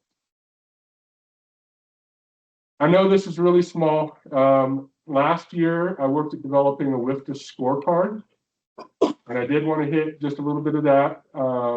This is a little bit better way to read it here. So part of my responsibility, part of my position as a geographic area editor, but also as fire planner for Nevada BLM, is I monitor every decision that gets published in WFDSS. And what I started doing last year is I applied this scoring matrix to it that basically, just like boxing, how there's a 10-point must system in boxing, where, that means that the boxer that won gets 10 points. And if he really won, the other guy got only 8 points. And if he just kind of won, the other guy gets 9 points. Well, in this 1-point must system, you either have it or you don't. And what I've done is identified each of these elements. There's 20 different elements that, in my opinion, make a good WFDS decision. And out of all the fires that we had in Nevada, we scored each of the WFDS decisions at the end, or I scored each of the WFDS decisions based on this. And this is kind of the score that we assigned to each of them. So you can kind of see some of those incidents, you know, you can maybe take a look at the incident that you guys have and see where you're at. That Connor fire. Yeah. Judges, thinks it was them, it must have been, you know, even boxing judges or something. Gotcha. So, you know, and if you want to talk about any of those things, by all means, we can talk about them at any point during the day. And this is kind of a fun thing for me. So I want to caveat this because what I'm trying to do by this is, again, there is no single policy that says this is what a good decision looks like. Throughout the course of my career, though, I've read hundreds of WFDS decisions. Outside of just being a plans chief, I'm also a strategic operational planner. So part of that job is I'm brought into forests and I'm asked to look at multiple WFDS decisions and prioritize those decisions based off how much work do they need. And this is a tool that allows me to do that. So T3's fault. yeah, there you go. That seems to be the norm. Yeah. We throw the team under the bus and make it their fault. I would say similar to the question that I had for fire modeling. Mhm. Dylan's previewed this earlier in the year, and a lot of ours are things that were not attached as PDFs. Yeah. Or requested for fire modeling. And I take a lot of them on when we were doing Connor last year. I was trying to mobilize with my team. Will was out on assignment, and so it was trying to set him up, knowing that we were requesting a type 3 team with the decision, so they had something to run with and not delay. And so a lot of those, I kind of over to get the meat and potatoes for that incoming team. Yeah. Well, it only burned one shift, so I don't think they're requesting any in this program. Well, let's focus on Hot Canyon. Yeah, we can talk Hot Canyon. Yeah, let's just. What do you focus guys on want to talk about Hot Canyon? Hot Canyon was another one of those decisions that, and this is what I tell everybody, right? You see a progression. You know, the best decisions up here at the top is Cottonwood Peak. That was their fourth decision, you know, so I didn't judge the first decision. If I would have judged the first Cottonwood Peak decision, it wouldn't have had 19 points. I can guarantee that much. And that's how WFDS decisions should be. And that's the other point that I'm trying to get across is your WFDS decision is not, I'm done with the WFDS decision, boom, what's next? The WFDS decision is a dynamic document. Once you publish a WFDS decision, now the periodic assessment needs to be done daily, right? Every agency administrator has to get in there and do a periodic assessment. So they're going to type that into the decision rationale. That's going to change daily. Operationally, if things are changing on the fire, you can go in there and you can republish. You know, every time we do a period, you're going to republish a new course of action basically every time you republish a periodic assessment. There isn't any one aspect. So by going in there and doing daily periodic assessments, really the only thing you're doing is republishing that decision. So if there's any opportunity to increase cost, increase any of the incident objectives, anything like that needs to change, you can do that during the course of the day because you're republishing that decision with the periodic assessment. So with the new setup, your WFDS decisions should start out as C work. And if you especially have a team on a fire that's got a strategic operational planner, by day 7, your WFDS decision should be A+ work, right? And that's kind of how the WFDS decision is set up. So be mindful of that. You know, like I said, if I would have scored the first Cottonwood Peak decision, it would have been down there just as well. But and keep that in mind too. We need to get those decisions published. We need to get them out the door. But don't let perfection be hindrance to progress. You know, I will say in all honesty, I was having a conversation with ability all the way across, you know, and this is actually a good tool. Yeah. To see, you know, there's a little bit of accountability and just opportunity next time. Yeah. You know what I mean? So Yeah. like this is good just to see how it ranks that, how it's go better, stuff like that. Is that because your supervisor doesn't hold anybody accountable for anything? I mean, total passive aggressive, good conversation. And when Dylan, when fall FMO meeting, when you previewed this, I think it's nice because it's almost a checklist. and you preview it to a bunch of folks that are hyper competitive. Yep. And so, you're putting it into a sense of competition. Yep. So now, this is kind of the expectation, because everyone doesn't want to be at the bottom of this, they want to be at the top. And so it's setting a standard for what was BLM Nevada, what's just Nevada now, what our decision should look like. Just because Adam brought it up. I thought I scored. I was like, what? Yeah. Clearly, there was not a column for the governor visited your fire and gave you lots of kudos. We Yeah. would have gotten like If 5 points for that. that made a difference in the real world, Jim, Yeah. it would be a score element. I do think it's a good way to look back and see where we can improve, because we can always improve. Right? Yeah, and I just want to tag on because Adam did bring it up. I was tasked by the FMO group to take those scored items and make them a checklist. So this is the checklist. It's now the first page of the guide. So when you go through the guide, once you're ready to publish, you can go through this checklist and say, do I have all these things? And if I don't, it's just a matter of, in most cases, clicking on the link and either making a map or making an attachment, putting it into your decision, and then publishing your decision. So hopefully it helps make our decisions better in Nevada. That's what I'm really trying to accomplish, and like Adam said, I wanted to bring up this, everybody says we're the best. Well, here, go ahead. Let's score it out. Let's just see how good we are, and let's decide how much better we can be. We're not the best at everything. I bet next year no one's lower than an 18. I hope not. I hope not. So maybe on that FS Pro probability. But that's only 1 point. But you said that's the one where we can request the help, right? Yep. Yeah. I was just thinking back to this fire. Well, yeah, right. They requested it, so they got the They point. still get They a produced it. They got bonus points. And again, I don't. again, that is the example, right? That Davis fire is the example of the media getting, or somebody letting the media get a hold of analysis without explaining what that analysis meant. Yeah. If they would have been able to explain what the analysis Okay, meant, it would have been much better understood. And it needed to be explained as a probabilistic model, not a deterministic, this is what the fire is going to do. I mean, that is an example. I was on a fire in Idaho with my team, and people were locally from here living within those bands and are bringing that over, seeing the news and being like, what is this?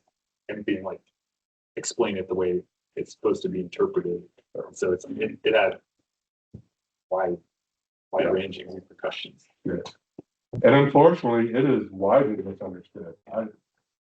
I don't want, I've had ICs, I've had complex ICs that have gotten in front of a public meeting and told them the exact wrong information about an FS program, and then not even admit to it.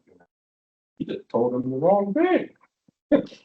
So you got to be careful. You got to understand what you're talking about. You can't just stand up and fake it till you make it. In this case, you got to understand what you're talking about. Okay, I did want to talk before we break. These are the tables, right? These are the authorities tables. This is what the original document that came out a couple of weeks ago that basically says the Wildland Fire Service will do this, the bureaus will do this.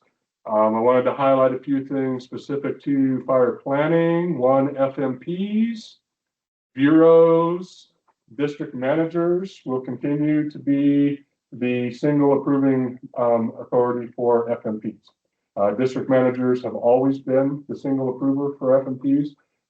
They've never been able to delegate that authority any further down the district manager. Any FMO signature on an FMP is always a recommended by signature. It's always been the district manager signature that is the approving official. So that process is not going to change going forward in the future. The bureaus will work with the fire service to coordinate and align FMPs with LRMP during the FMP development and maintenance. And that's what we're doing right now. Right? We're working on our FMPs and locally we're working on FMPs with the goal of having updated FMPs by the end of this calendar year. Spatial Fire Planning Service data. Fire Service will update Spatial Fire Planning Service data, but bureaus will provide that Spatial Fire Planning data to the Fire Service. So again, agency administrators, again, you guys can read through this. I'm not going to highlight everything, but The Bureau representative is now the term for agency administrators. Agency administrator is no longer a term on the Wildland Fire Service Bureau side.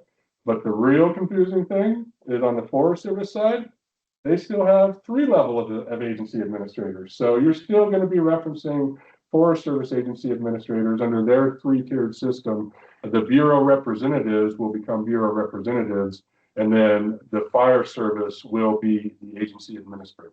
So that's how I interpret that.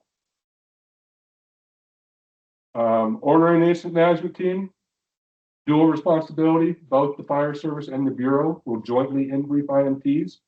I've got a tool that I've developed a couple of years ago, a story map that you can use to help facilitate that process. And if you guys have something better locally, by all means use it. We'll talk a little bit more about that this afternoon. WFDSS decision approvals, these are both the same. Both the Fire Service and the Bureaus will approve wildland fire decisions in WFDSS. So that's what we're doing today. We're going to work through that today, talk about what that looks like, and talk about how to actually do it. We're going to do it. Cost threshold notifications. Kim, I would like you to know that when I saw this, you were the first person I thought of. Yep. Kim and I worked together on a review a few years back, and we had a pretty good discussion about cost notifications and how we communicate that in BLM Nevada. So you were the first person I thought of. But yeah, no longer any cost threshold notifications that need to be made. Fire Service will not be required to make cost threshold notifications, and bureaus will no longer be required to make cost threshold notifications. Smoke management, obviously still important. Agency administrator qualification, and this is what I was talking about earlier. Fire Service personnel will not need the AADM qualification. It's defined in the Federal Wildland Fire Qualification Supplement to exercise wildland fire decision authorities as understanding wildland fire is inherent in their position. The other document that we've gotten in between since this document was the document that further delineates what position that authority goes down to. And for example, in the Fire Service, with this approval authority goes down to the unit FMO position.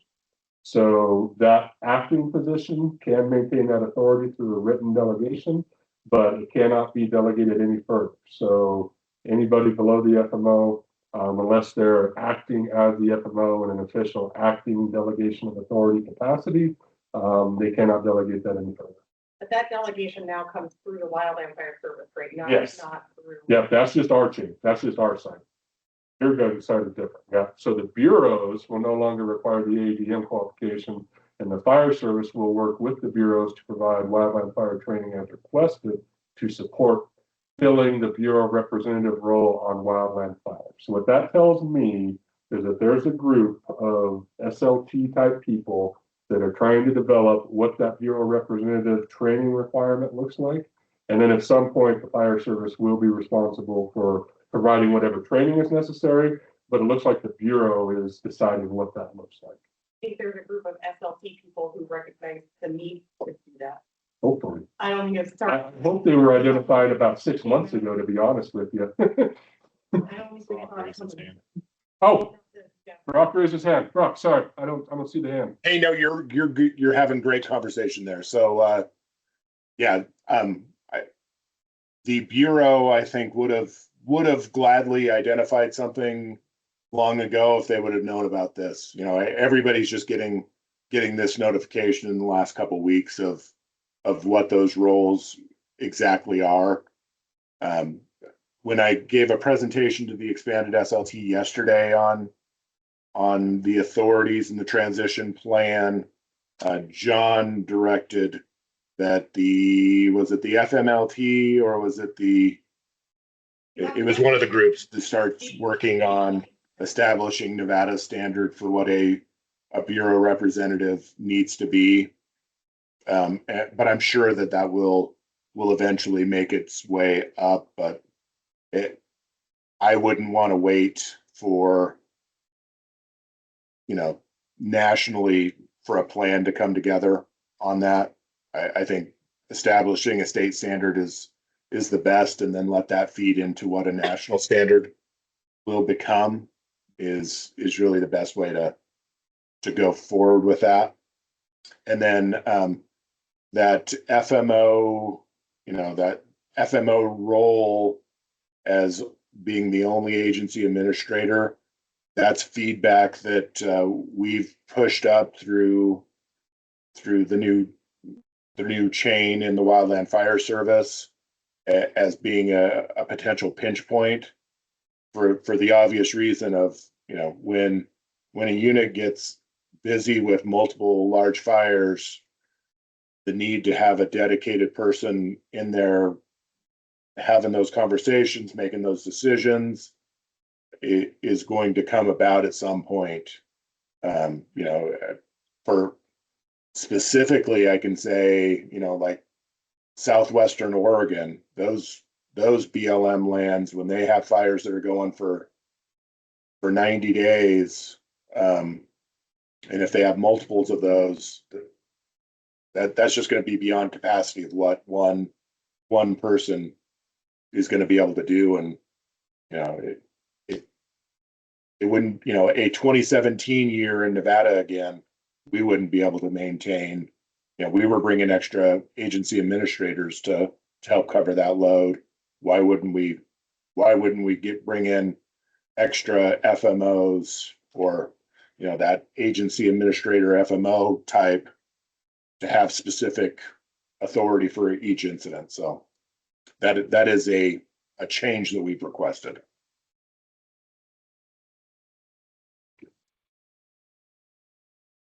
Any other questions? I mean, yeah, this kind of had the same thing in Vegas yesterday, or Tuesday.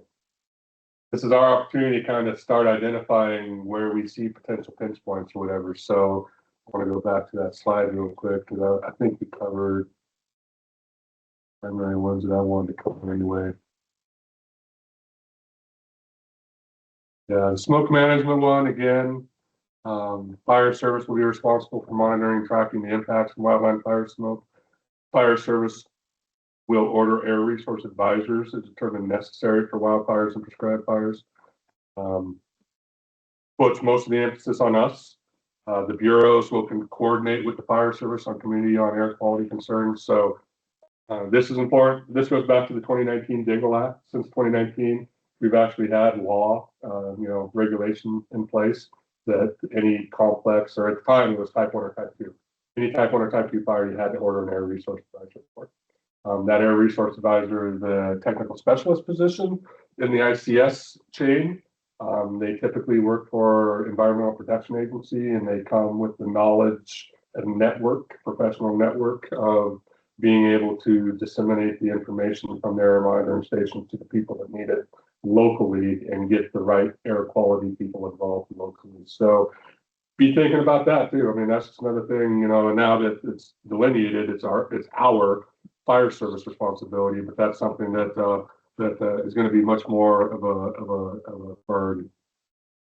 Okay, if there's no other questions, I'd like to go ahead and take a break. I've kept you guys in here for quite a while now, so let's go ahead and take a longer one. We'll come back in at 11 o'clock, and we'll get into WFDSS itself. So if there's no other questions, if there are questions, I want to. Perfect. Okay, be back here at 11 o'clock, please. So when you're doing a roll, can you give me EDU back? Yes, and that's what I'll do during the break is I'll go through and Paul and Kim. Yeah, and then Matt put his request in for initial. Okay, yep, I'll go in and I'll approve any requests that are in there too. Thank you. I heard. I did hear that too. I did hear that you were brought to say it. It was team awesome. But yeah. Oh, okay. Let me read it. Man, you got a lot to wait. Yep. Okay, we'll go ahead and kick back off again for the online folks. It's 1100, and we're gonna get going with the actual WFDSS portion. I did want to highlight a couple more things. I talked about the WFDSS guide. I was asked the presentation that I used on the last section. That's on that link tree too. If you click on that link tree, all of that information is right there on that PDF. If you do want PowerPoint specifically, I can email that to you or whatever. The presentation as a PDF is in that link tree. Again, the guide, just to lay it out there, is basically a copy and paste guide. I put the checklist right there at the beginning. When you go into page 2 of the guide, this is all linked, internal links within the document. So just like with this, you work from left to right. Same thing in the guide, you work from left to right. And then down here, you can click on these, go to relative risk. You can copy and paste this in there. If you just want to use this as talking points, if there's like a delineation of what's low, what's moderate, what's high, and that's varying risk. You know, there's different levels of risk for all these criteria. All those different delineations are in there. I've set the guide up to, you know, click on this, takes it back up to the top, gets it back over here, you can do whatever. For example, if I'm working on the decision rationale and I wanted to, you know, go into that decision portion, I click on that, takes me into the decision. If I'm in with this, all I want to do is copy it here. And again, I mean, copy the text, paste in with this. Not saying, you know, I'm not, I guess, sponsoring, you know, copying and pasting in a government document. I know none of us could do that, right? But you don't need to reinvent the wheel. Some of this stuff may not be real relevant. It's pretty specific to the Elko. I mean, my whole career was based out of Elko, so it's very specific to Elko and greater sage-grouse habitat, but there's still a lot of things in there that apply. It doesn't matter whether it's greater sage-grouse or what. So, so yeah, that guide is in there. The other thing that I wanted to hit on too is this is the authorities table that most recently came out. So this is what kind of delineates what those fire service authorities are going to be and to what position they can be delegated down to, and whether or not they can be delegated past that position. So if you haven't seen this, again, I would take a look at this. I would definitely cover that. I'm going to scroll real quick just because I want to show you what the WFDSS one looks like. And resources right here, approved wildland fire decisions in WFDSS. You can see that authority filters down to the unit fire chief, but because of the asterisk, it cannot be delegated any further than the unit fire chief position. And the note that goes with that is both the fire service and the Bureau's approved wildland fire decisions in WFDSS. So make sure you understand what the little symbology means in there. Some of the other things, you know, like, again, can't be delegated. FMOs are going to be the only ones that can certify fire reports and inform, right? So that means that they can't delegate that down any further than that position. The acting position at the time of the certification has to be that position. So be mindful of what these authorities are. In some cases, they may slightly change what we've been used to, but at least it gives us a roadmap anyway for where those authorities go and who has responsibility. The secretary's memo is something that I think is worth highlighting anyway. Hopefully you've all read the secretary's memo by now. If you haven't read the memo, let me know. We can email that to you.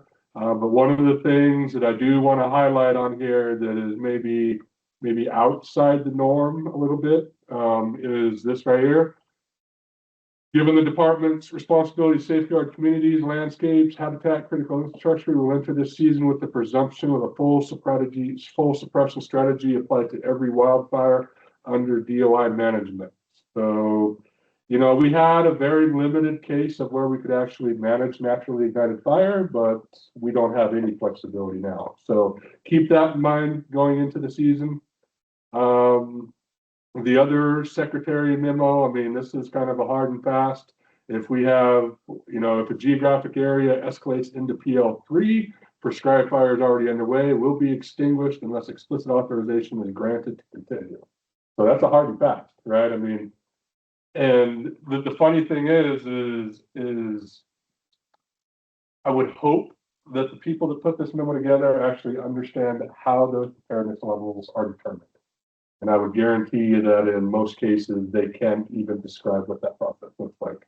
Because in our GAC, the Plinko chart that decides whether we are in PL 1, 2, 3, 4, or 5 is more administrative driven than actual condition driven. So it's important to understand how those ratings are determined and what level of analysis goes into how those preparedness levels are determined as well. The other thing that I want to make sure of is there's a reference in here to going direct. I think I might have passed over it, I'm sorry. But basically, yeah, there's a reference in here to utilizing direct attack in most cases. I don't know, there's still a lot of back and forth between terminology and suppression terminology. There's a couple of different memos floating around there that have really muddied the waters even worse. But what we do know is that the Secretary's memo says that we're going direct. You better be going direct as much as possible, and you better be able to justify going indirect. And I would hope that the people that put this together understand what the true difference between going direct and indirect is, and understanding that oftentimes we have to go indirect because that's the only safe strategy that's available to us. But when the public gets a hold of a memo that says we will go direct, you can imagine what that means to them. You know, that means a lot different stuff to them than it means to us. So I hope that this is utilized well this year, but I have concerns, specifically when we're talking terminology, specifically when we have secretarial direction talking about going direct and indirect. It just seems a little odd to me. But anyway, that is something that we need to be considering as well in your preseason preparedness, and undoubtedly cooperators will be bringing it up as well. There's a few other tables in here too. We didn't go through the full table, but if you have some time, I definitely recommend going through the full table and looking at all those authorities. So I did want to go through that just because there's some information in there that we probably need to cover. And I'm sure people online. Okay, we'll go into WFDSS itself, and I've already got an incident set up in here. So Will is the point of contact, and I don't see where you have a computer, Will. So if you do have your computer, maybe if you can log in. And what I'd ask you to do is, as I'm talking, just add all the other people that are in here into the decision, if you can, to make sure that they're all editors. And that way they can all kind of log in and mess around and do what they need to do. So while Will is getting that set up, I'm just going to log in and I'm going to show you guys what WFDSS actually looks like. Okay, so this is the WFDSS login screen. The one thing that I want to highlight here is this is where you log into WFDSS production. This is where you will log into WFDSS training. They're two separate platforms. So when you log into WFDSS training, you'll see that there's a green banner going across the top that lets you know that you're in the training. And if you're in production, that banner is black. When you log in, one of the first things that I'd like you to do is go into your profile. You can go into your profile by clicking the little person icon, clicking view profile.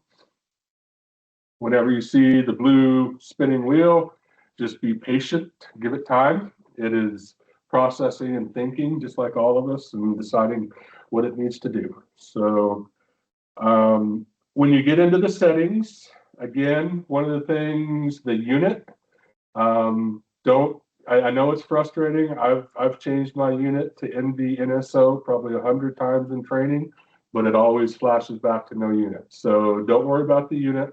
Make sure that your geographic area is set to Great Basin, and then make sure that your primary, secondary email accounts are accurate, and that your primary phone number is accurate as well. You can check off the boxes to get email notifications. That's supposed to be a future development like we talked about, but you're not going to get any notifications, even if you check those boxes. So unfortunate, that is what it is, but you know, we don't get any notifications, but hopefully in the future they're set up for it. The approver role, again, is important. If you, in training, it's not critical. I'm like in training, I myself as an approver, so that when we do these training scenarios, I can go in and see the approver tab and actually do it. But on the production side, you should be certified. You're certifying yourself as being that position holder or holding that qualification to do the approver. So I can uncheck it, show you guys that, but there is a splash screen where if I uncheck it, but if you are going to be an approver, make sure that you have this box checked.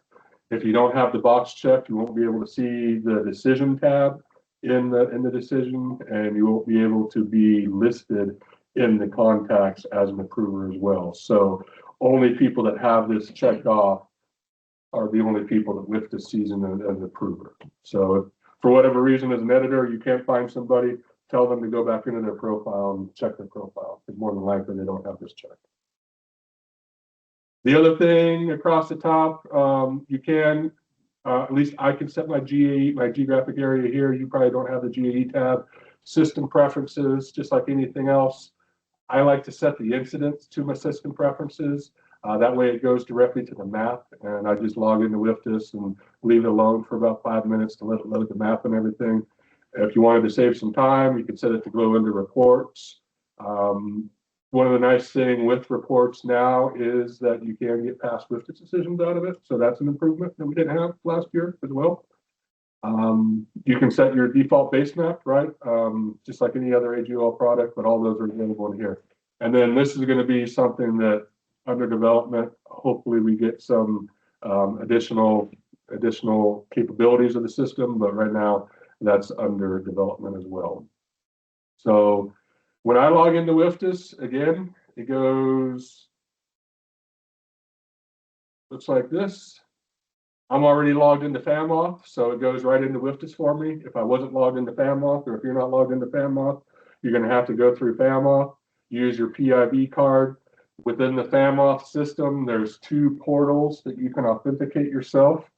If you use the e-authenticate side of FAMOTH, you'll need to have your PIV card with you.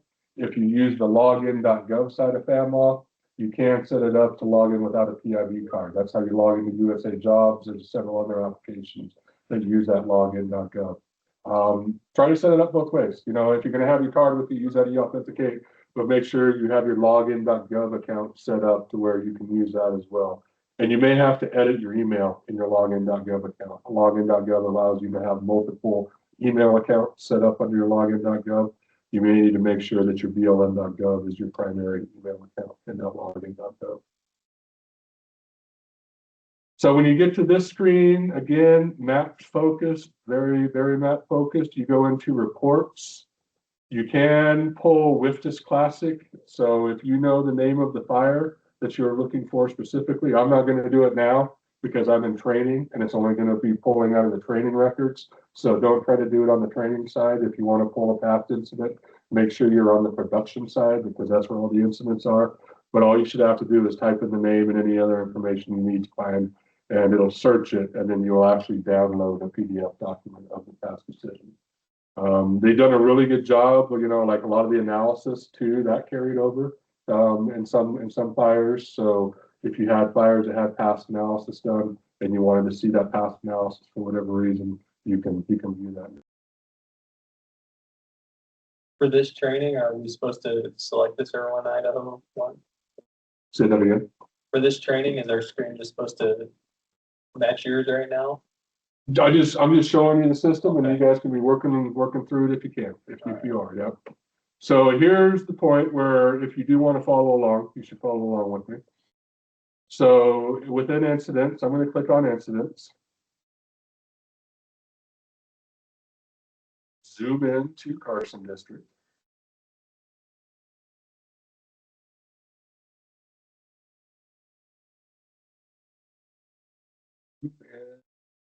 To this Davis training fire right down here. And one of the frustrating things is notice how the filter is still not really working. It should be filtering down and showing these 2 incidents in the filter. That would make it real easy to just click on it, open the incident. You can't quite do that just yet because of a bug. If you click on the incident logo down here though, and then say go to decision, that will open up the decision. And this is the fire that we are going to use for our simulation. We used this same incident last year. That's why you see the name 2025 in there. But this gives us an opportunity to look at the training decision that we did last year and build upon it, you know, make it a little better than the previous decision. So be patient as it loads. You can see here, this is, you know, one of the downsides of WFDSS being match centric is it takes some time. There are days where you have to be real patient. Sorry, I found the fire, but I double clicked on it It looks like Adam's gonna help me, but how do I load? Hold on, I'm behind you. Can we take a? So they may need to. And that's why Will is adding people in there right now. Oh, it's Will's You fault. may not- Will is watching the blue wheel of death spin. Yep, so just be patient. In order, so first of all, you need to log into training. So hopefully everybody's logged into training because within WFDS, until the user logs in, a collaborator doesn't see that account. So now that you've logged into training, once Will logs in as the collaborator into the decision, he should be able to start adding people and be patient with it. It does take them a bit of time. And then we'll start adding the folks in. So as we're doing that, I'm going to continue to work through this because you guys can watch up on the screen. But then once we'll add you guys, you should be able to log into WFDS and actually work through the decision itself. Does that make sense? So you can either view it up on the screen or you can pull up the Teams meeting if you want to look on your monitor as I work through this. And again, it is really buggy. You know, here we've sat for almost 5 minutes and I still don't have my map. When that happens, a lot of the times you've had some kind of timeout. What I'd recommend is just instead of hitting refresh, try to tab over and then tab back. And again, just be patient with the map. See, just doing that kind of triggered the map into loading the elements without having to do a full on refresh. So keep that in mind that you can use the tab over function as kind of a refresh, where when it times out, just do that, and that sends another signal to WFDS. I don't know the ins and outs. It sends another signal to WFDS to send the information back to your computer, and it ends up, you know, refreshing where you're at. Quick pause. Will, are you adding me and Matt Megalini? Yep. We're not with you yet. I got it. Yep. Kim should be in. Tim's in, Mark is in, Matt. Okay. And if you are logged in, you may need to log out of training and then log back in. Oh, okay. Okay, so after he adds you, if you still can't see it, yeah. I mean, WFDS is just like anything else, right? You have to reset, and it has to reset itself. So log out and then log back in. If we'll just add you in, you should have access to this. Can you pause? I'm gonna be pausing anyway, so let me talk, and Okay. then we'll have plenty of time to pause and catch everybody up, okay? Because what I want you guys to do is even if you're not in the incident, you should be able to access the incidents tab at the top of the page. And over the next 15 minutes or so, I just want you guys to play with the map. I want you to go into every layer, okay? Right here, you go into the layer list. And I want you to just go through every single one of these layers. And you don't have to fully understand what they are, but something is important to you, right? There's layers that are important to you as a resource specialist, as an approver, as an agency administrator, as a fire staff, whatever. Look through those layers, understand what all those layers are, just get a feel for the map. And we'll spend about 15 minutes doing that. That'll allow Will to get everybody added, and then I'll come around and make sure you can all get into the incident and look into the incident. But just spend some time right now looking through the map layers. If you want to spend some more time, you know, you can look at all these different functions, look at the legend, look at the base map. One of the real cool things about this map is if you go into the print map function, you can either print a JPEG attachment or you can print a georeference PDF. So if you're actually wanting to make maps out of WFDS, you can do that now as well. And just spend a few minutes playing around with that stuff. And for the online folks, do the same thing.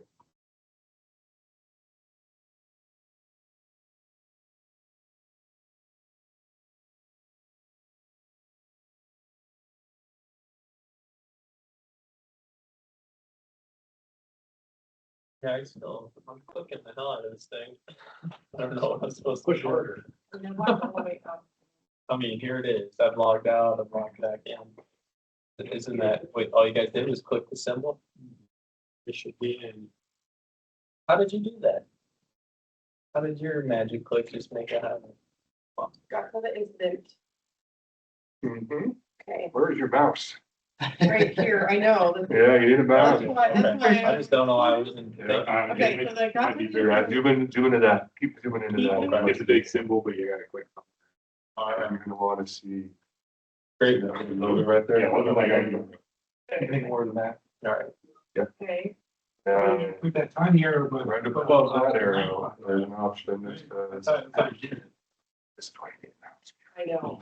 Yeah. Okay, right about this, okay. That little arrow about that. Is what?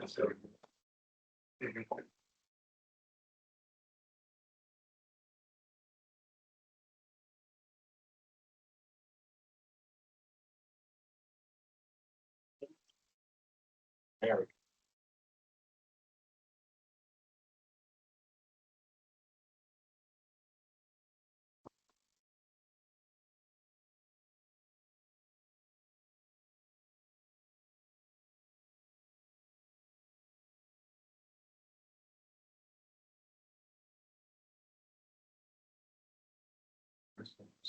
Okay.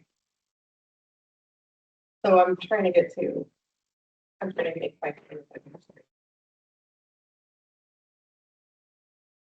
It's been kind of buggy.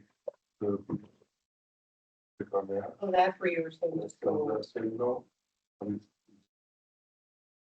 Okay, it's kind of, okay, yeah, Okay. so just go ahead and play around in that map okay. and look at all those different This map is where you go layers to the and layers. figure out what's in there and what is important. Who else needs help getting to where? You good? Yeah. You good? Oh, are you good? Matt, you good? Mark? Sorry. My map is now loading. Never mind. I think I'm good now. Yeah, so yeah, just look, go through those map layers, take a look at the map layers.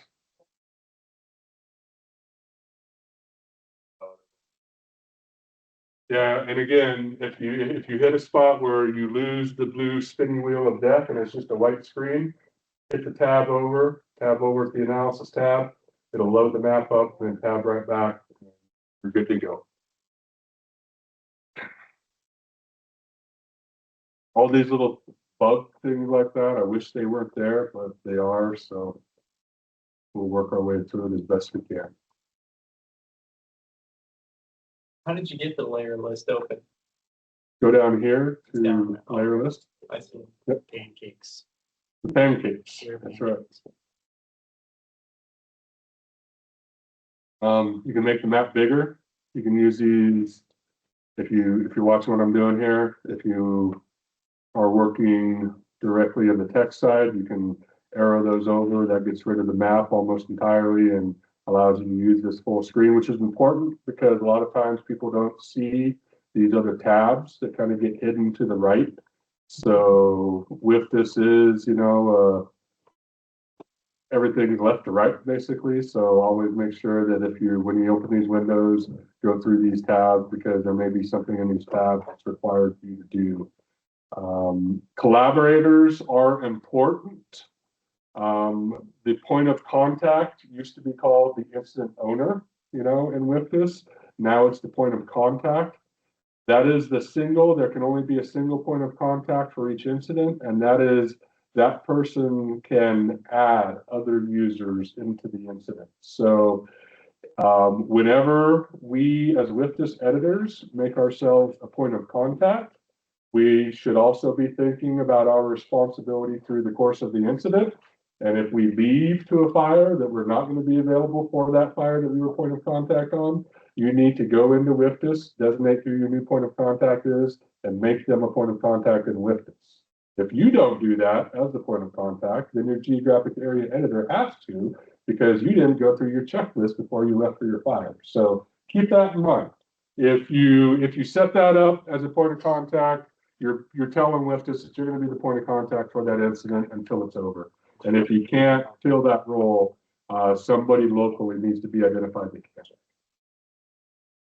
The collaborators, those are all the people that can edit the decision prior to the approval and publication of the decision. If you are not a collaborator, you won't be able to view anything until a decision has been approved and published. Published is the important part, right? Because we can approve a decision, but now it has to be approved and published. The published part is what actually puts it in the WFDS and allows everybody else to read that decision. So keep that in mind as well. I'm gonna bring the map back over here and talk more to the map again. It can get very busy. The very first thing that I do within this map is I go through and I turn off the initial planning area, and then I turn off the strategic assessments, and I turn off the strategic course of action, and I get it to where it's just the planning area and the perimeter of the fire. That's really, when I first get into a decision, that's what I want to see. This is what allows me to start thinking about what I know about the fire. You know, what are the values at risk? What is the potential of the fire? What are those potential values at risk? And what do we need to be thinking about? WFDS will automatically draw a 5 mile by 5 mile planning area box around the incident.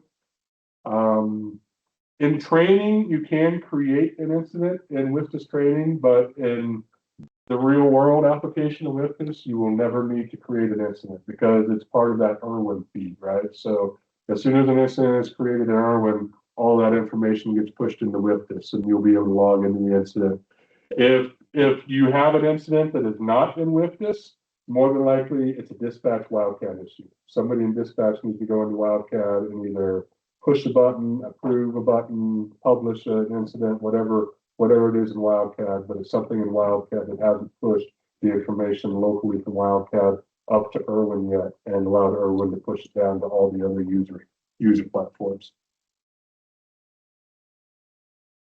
The planning area is probably the most important first consideration that we need to make in the fire too. As a WFDS editor, as a strategic operational planner, knowing what that planning area is allows me to do the next steps. It allows me to start doing fire modeling. It allows me to start doing spatial inventories.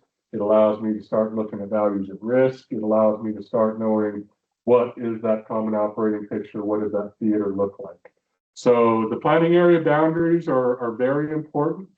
I would like to highlight that in the map, again, if you click on the layers, be patient with it, go all the way down here to the bottom, to operational fire planning. I'm going to uncheck everything except for the pod polygons.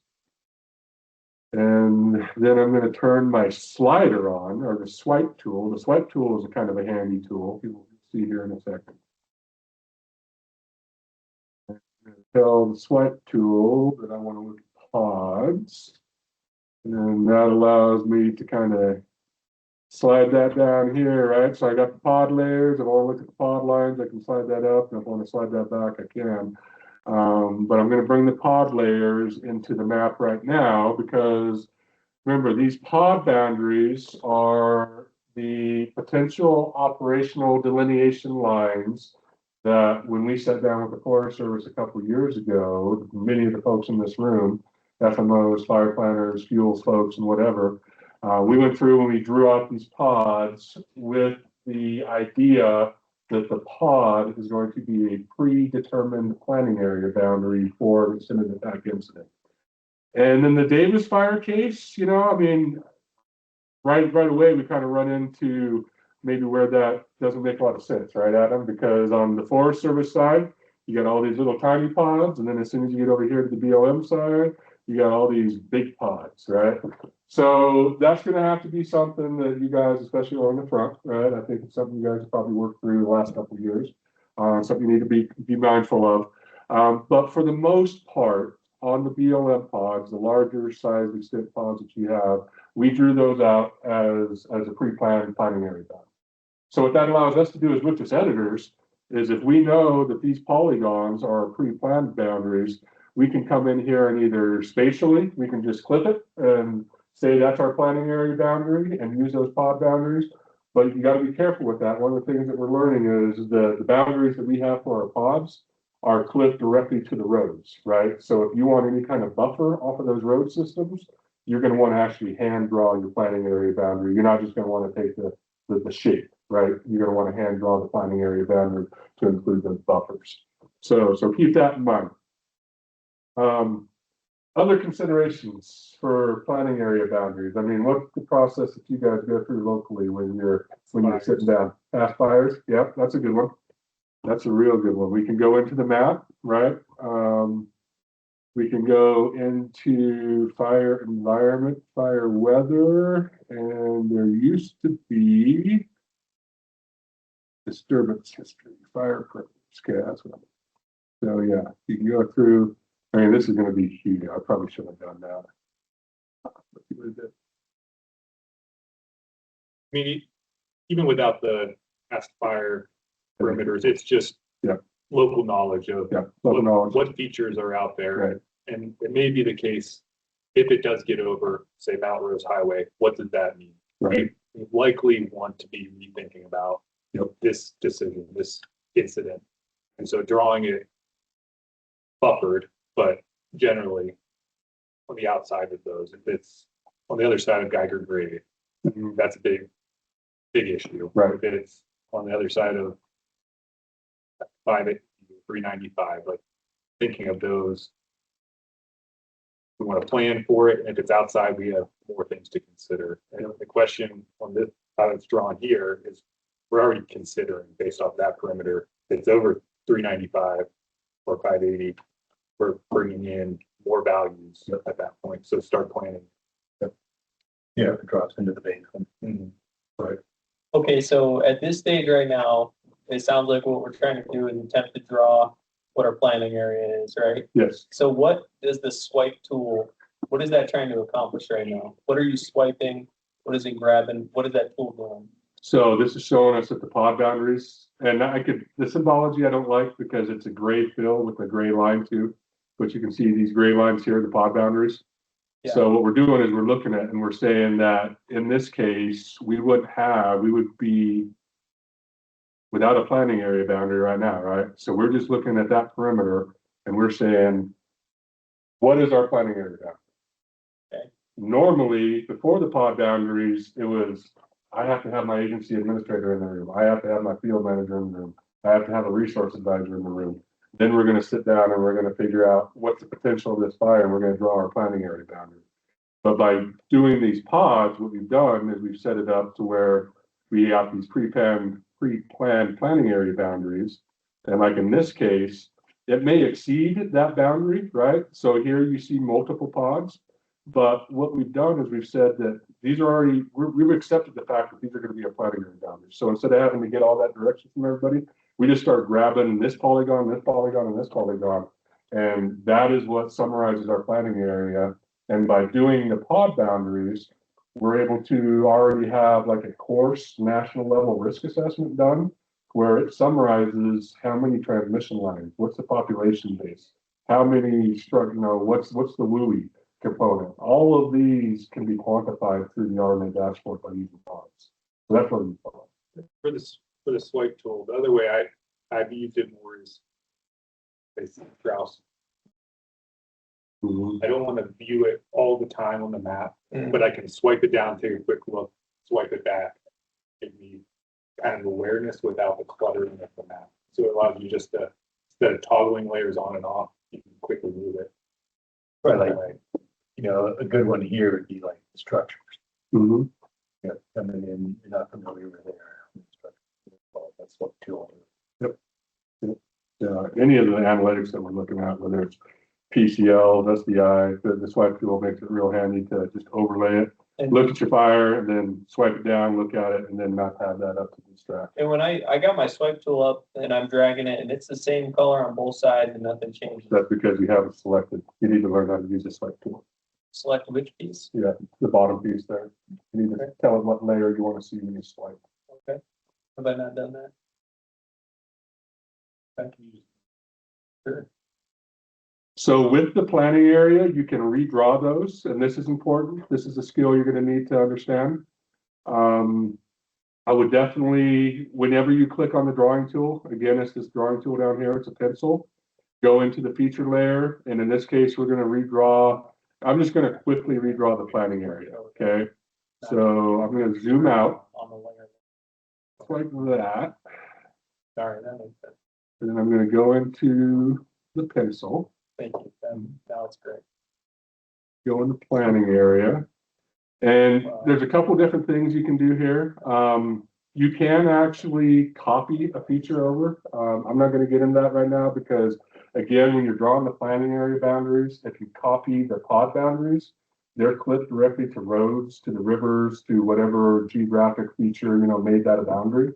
you're gonna want to buffer that. You're gonna want to give that a 500 foot, a 500 meter, you know, a pretty significant buffer. In some cases, maybe half a kilometer, you know, maybe a kilometer, something like that. You're gonna want to make sure that you have that buffer on there. So generally, the easiest way is to just draw the planting area boundary. And to draw the planting area boundary again, all I would do is just click on the map. This is kind of buggy too. You kind of wait, and you'll see that eventually, after I click the first vertex, it pops back up.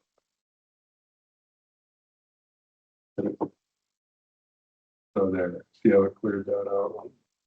Yeah, it's super buggy. I don't like it all. So I'm going to click on that. Is that part of it? Is that what's going on? It's probably a factor. Okay. It's also what this did. Yeah, it is also with it for sure. For sure. So anyway, I'm going to skip forward and maybe come back to this and then redraw it. So we're going to stick with our current, because I did redraw that. And the reason I want to show what you do when you draw the planting area boundary is this, the spatial inventory. Whenever you redraw a planting area boundary for an incident, you want to generate the spatial inventory. And what that does is it goes in, and in this case, we're going to go back into the planting area. It is going to grab current.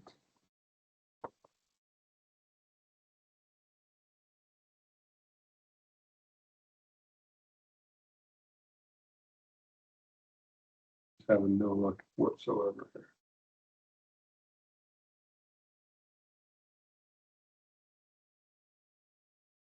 Okay. We'll go into the existing inventory.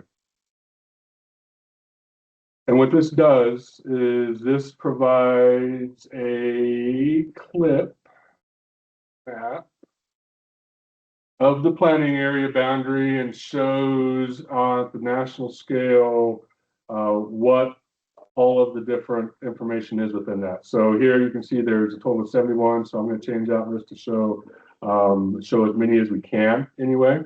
Fire safety, population density, you know, all of these things are clipped. Within the planting area boundary is showing you either how many miles of infrastructure are potentially threatened. It's showing you the count, if there's infrastructures, facilities, any type of at-risk resource there. And then on the boundaries as well, it's showing all those different boundaries. So that is the spatial inventory that when you decide what that planting area is going to be, that's the very first thing you should do is click that spatial inventory, and then that sets that into the decision. And then that allows each of these metrics, each of these quantifications to be used throughout the course of the decision as well. So working across the top, we have a variety of different tabs, and I'm going to be working kind of quick because we're going to work through this, and then you guys are going to be actually working in the tabs. You guys are going to actually be editing the decision, working through the decision, and we're going to publish a decision hopefully right around 1 o'clock or so, right before we break for lunch, if it works out the way we're going to. So I'm going to briefly go into the relative risk. And when I go into the relative risk, you'll see that this is tied to the same risk ratings as are in the PMS 236. So you're looking at probability, you're looking at hazards, you're looking at values, and you're looking at that relative risk rating. Again, this is where we put information into the decision. This is where we as editors, as agency administrators, as people overseeing the fire program, this is where we put our direction. This is the decision that we are including in with this. So we're talking about probability time of season, for example. Again, this is where I'm highlighting, go back to the guide. And within the guide,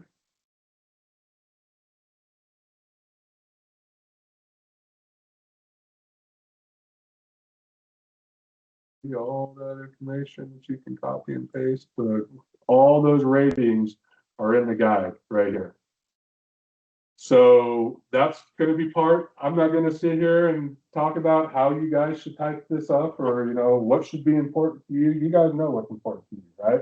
You guys know what needs to be in this decision. I'm gonna show you how you can quickly take the information from this guide, put it into a WFDSS decision and have a decision that may not be a perfect decision, but it's enough of a WFDSS decision to give an incident commander their marching orders to get them going and to get the other jurisdictional agency administrators involved with what they need to do.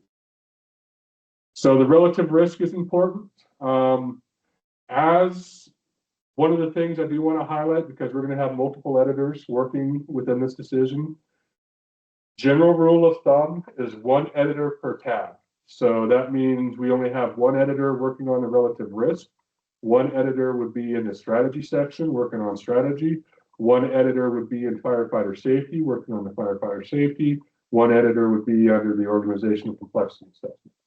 The reason why you only want one editor is because there's two parts to editing in a WFDSS decision. There's part one, which is typing all the text into this information, which is local on your computer, right?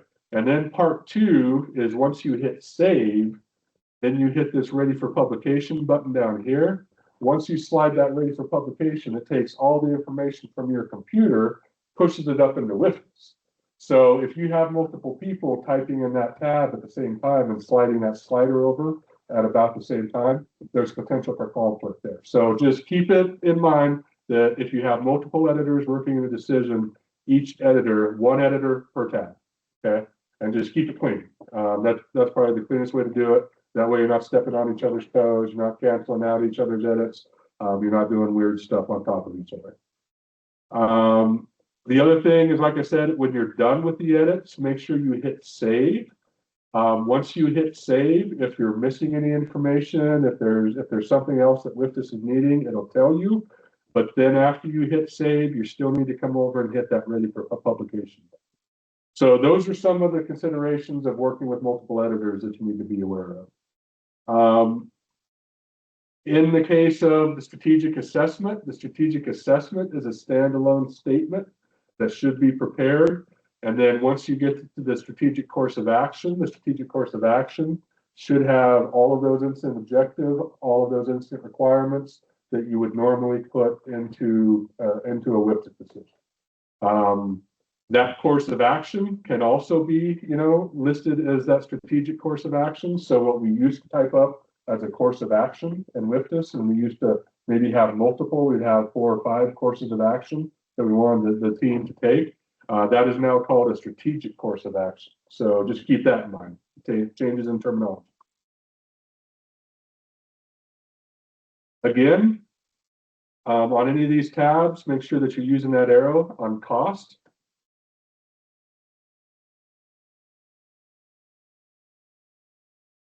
This is the information that goes into cost.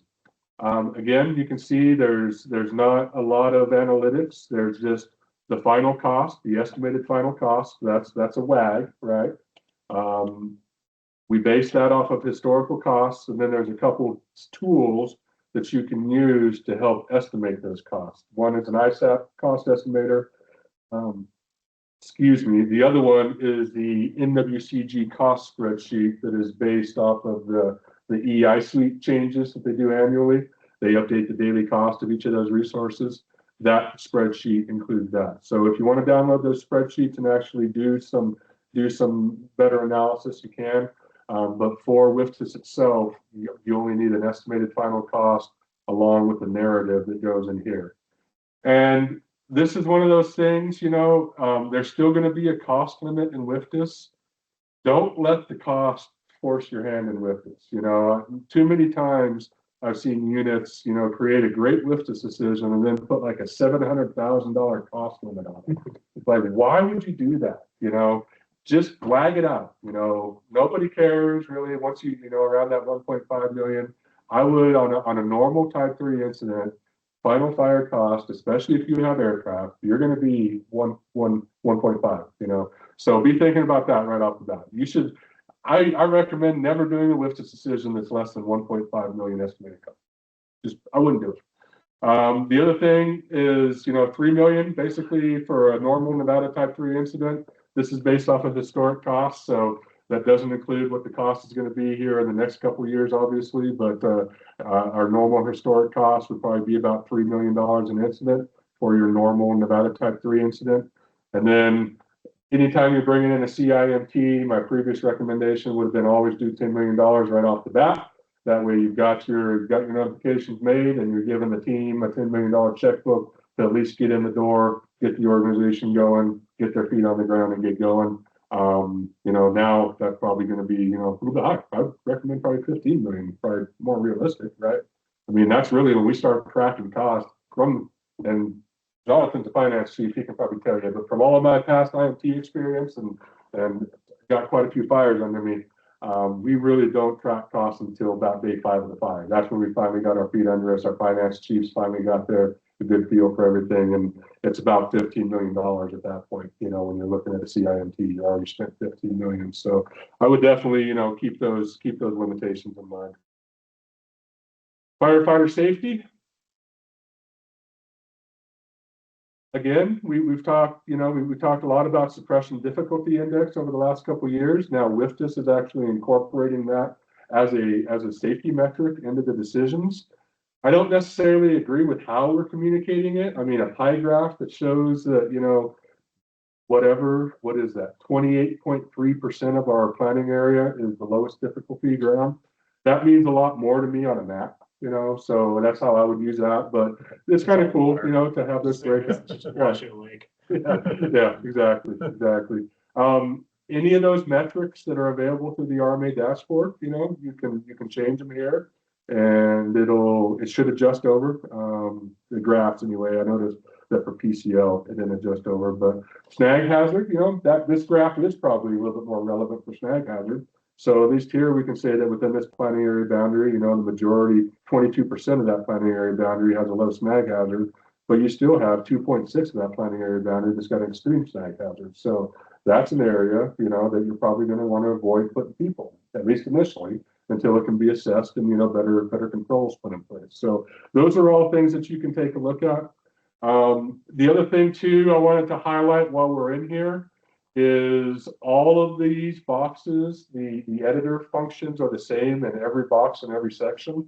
So you may think that WFDSS is fairly limited. Like right now we can't include weather, there's no function, but we can, right? If we do a screenshot, we can include a screenshot of anything in the world and put those into our WFDSS decision. So that's how we include all of that ancillary information that used to be automatically populated in WFDSS. So be thinking weather, be thinking fuel conditions, be thinking NFDRS graphs, all of those things that help us tell our story of where we're at in the situational assessment of our fire environment.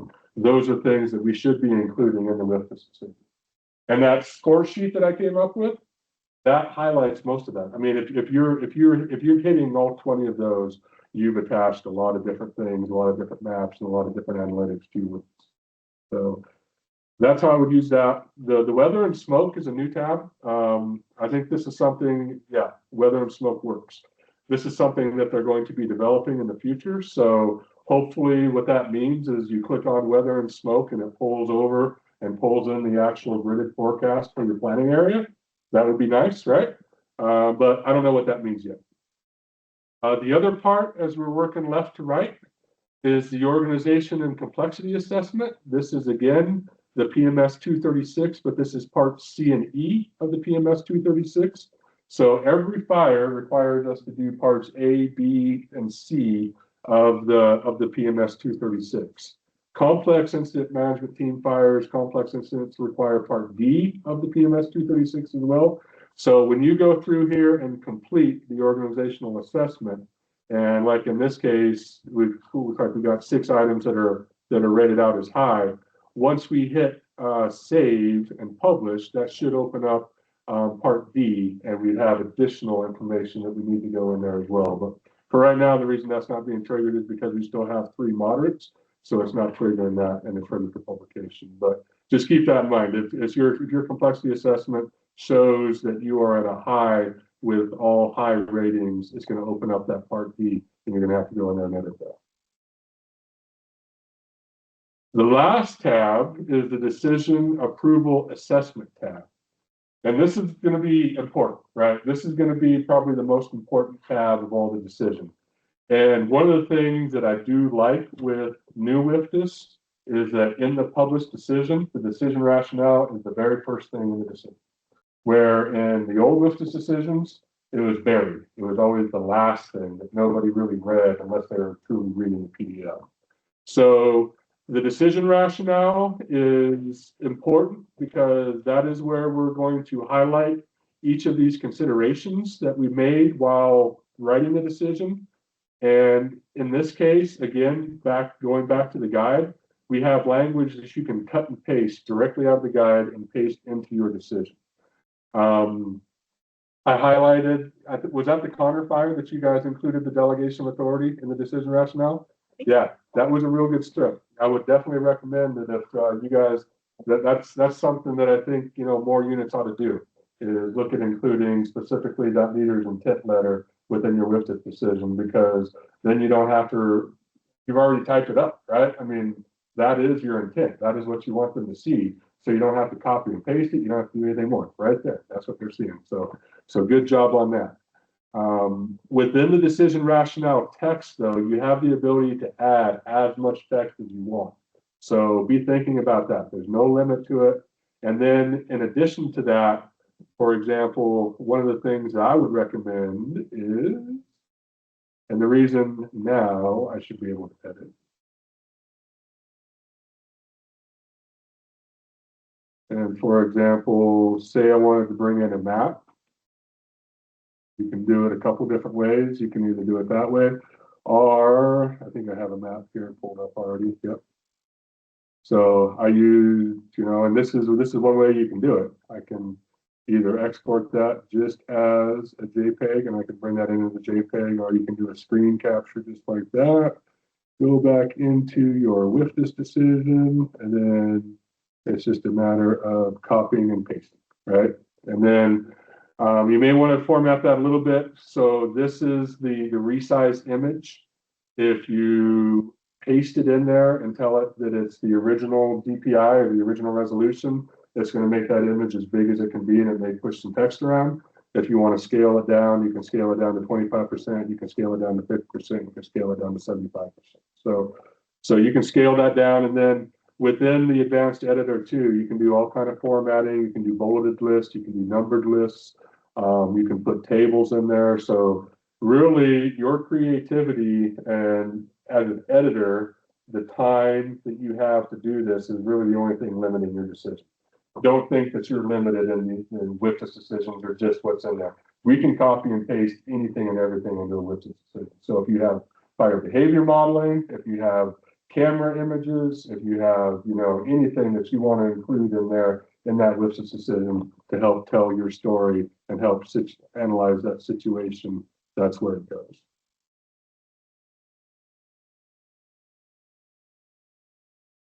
Okay, so we are going to go into the next tab, and so here, this tab right here, I need to go back and hit save on my agency administrator rationale, but this is a new function as well. So this is really cool, right? Compared to last year. Last year, you were just kind of guessing, right? At least me, I would hit ready for approve, and then it would say, oh, I don't have this. Okay, I'll go back and I'll do that. And then I hit ready for approve, and I made it tell me what it's missing. Yeah. Now there's a checklist, right? So you know that we need to go into strategic assessment. We know we need to go into strategic course of action, and we need to go into agency administrator rationale and edit those. And we're going to be doing that for the next hour or so.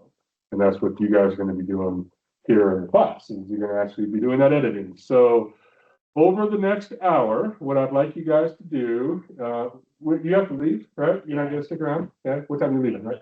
In 5 minutes? Okay. So you need to make somebody the point of contact. Make Adam the point of contact. Be good practice for Adam. Yep. Make Adam the point of contact. And for everybody else that's going to be sticking around, if you can't stick around, and if you're online and you're in the decision, you can do this as well. But start working through each of these different sections. You may need to uncheck the ready for publication if you actually want to do some editing practice. Feel free though. you're not gonna break anything, okay? So go in there, edit the decision at will. When we're done, we're gonna create a PDF of it. We're gonna make a PDF so you guys can see what it looks like in a PDF. But this lives in training, so don't be afraid to go in there and do any editing. I want you guys to spend the next hour getting comfortable editing because that's why you're here.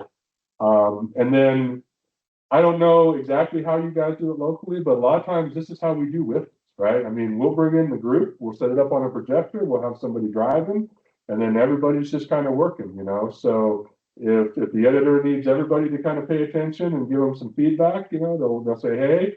And if they need people to go out and work independently in their own sections, everybody kind of take their own sections and make it as pretty as you can and beef it up as good as you can, knowing that you got an in briefing, you know, probably, you know, we're at noon today, so we probably planning for about an 1800 in briefing, right? At this point tonight would be the normal MO. So you've got some time, but we still need to get this decision done and we want to make quality decisions. So over the next hour, just go back and forth in the decision. But what I want to see, Adam, at the end of the hour is let's make sure that we have the strategic assessment checked off and done and the strategic course of action. And then I'll make sure that we have the agency administrator rationale done and we'll be able to go in and show how we approve it before we break forward.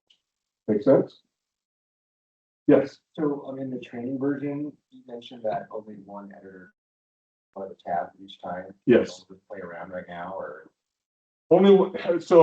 Only edit each tab. If you just want to view the tab, you can be in it. But if you're going to edit the tab, if you're going to slide that ready for publication over and edit it, then that's when you want the one person in there, right? Does that make sense? Okay. Good question. Thank you for letting me know. So that is how we do it normally. We sit in the fire or the only Yeah. process we're in a U shape instead of this. Mhm. Adam usually is our driver. Yep. Sometimes Will, yeah. It needs to be Will, not, I've been pretty good at not being here. So I think we should do that. That's what we normally do. Let's do that. Yeah, absolutely. And I hope the way I have this set up with the Teams meeting, if this was a fire, you could be doing a WFDS decision over a Teams meeting as well. So keep that in mind. I mean, how I'm setting this up, this is actual how I've done WFDS decisions. It's either a SOPL as the plans chief or as an FMO, fire management officer somewhere, you know, or helping out a unit as a duty officer. This is how we do WFDS decisions. So. And we did that on Connor too. It's like we were in the conference room for most of the day. Yeah. Had to go home. Same with you, and then back home. It's on Teams, and I think we called you in. Yep. Because I couldn't find. Oh yeah, we did. Yep. Exactly. So no, this is part of the training is the venue, the Teams meeting, the in-person, you know, this is how we would actually be doing a decision. So yeah, that makes sense though. And if you have questions, raise your hand. I'll come around and answer any questions. I'm gonna kind of be doing some things here though, but this is just kind of work on your own time. But let's make sure. That's good on the computer. Oh, okay. What's that? I thought we were gonna work as a team.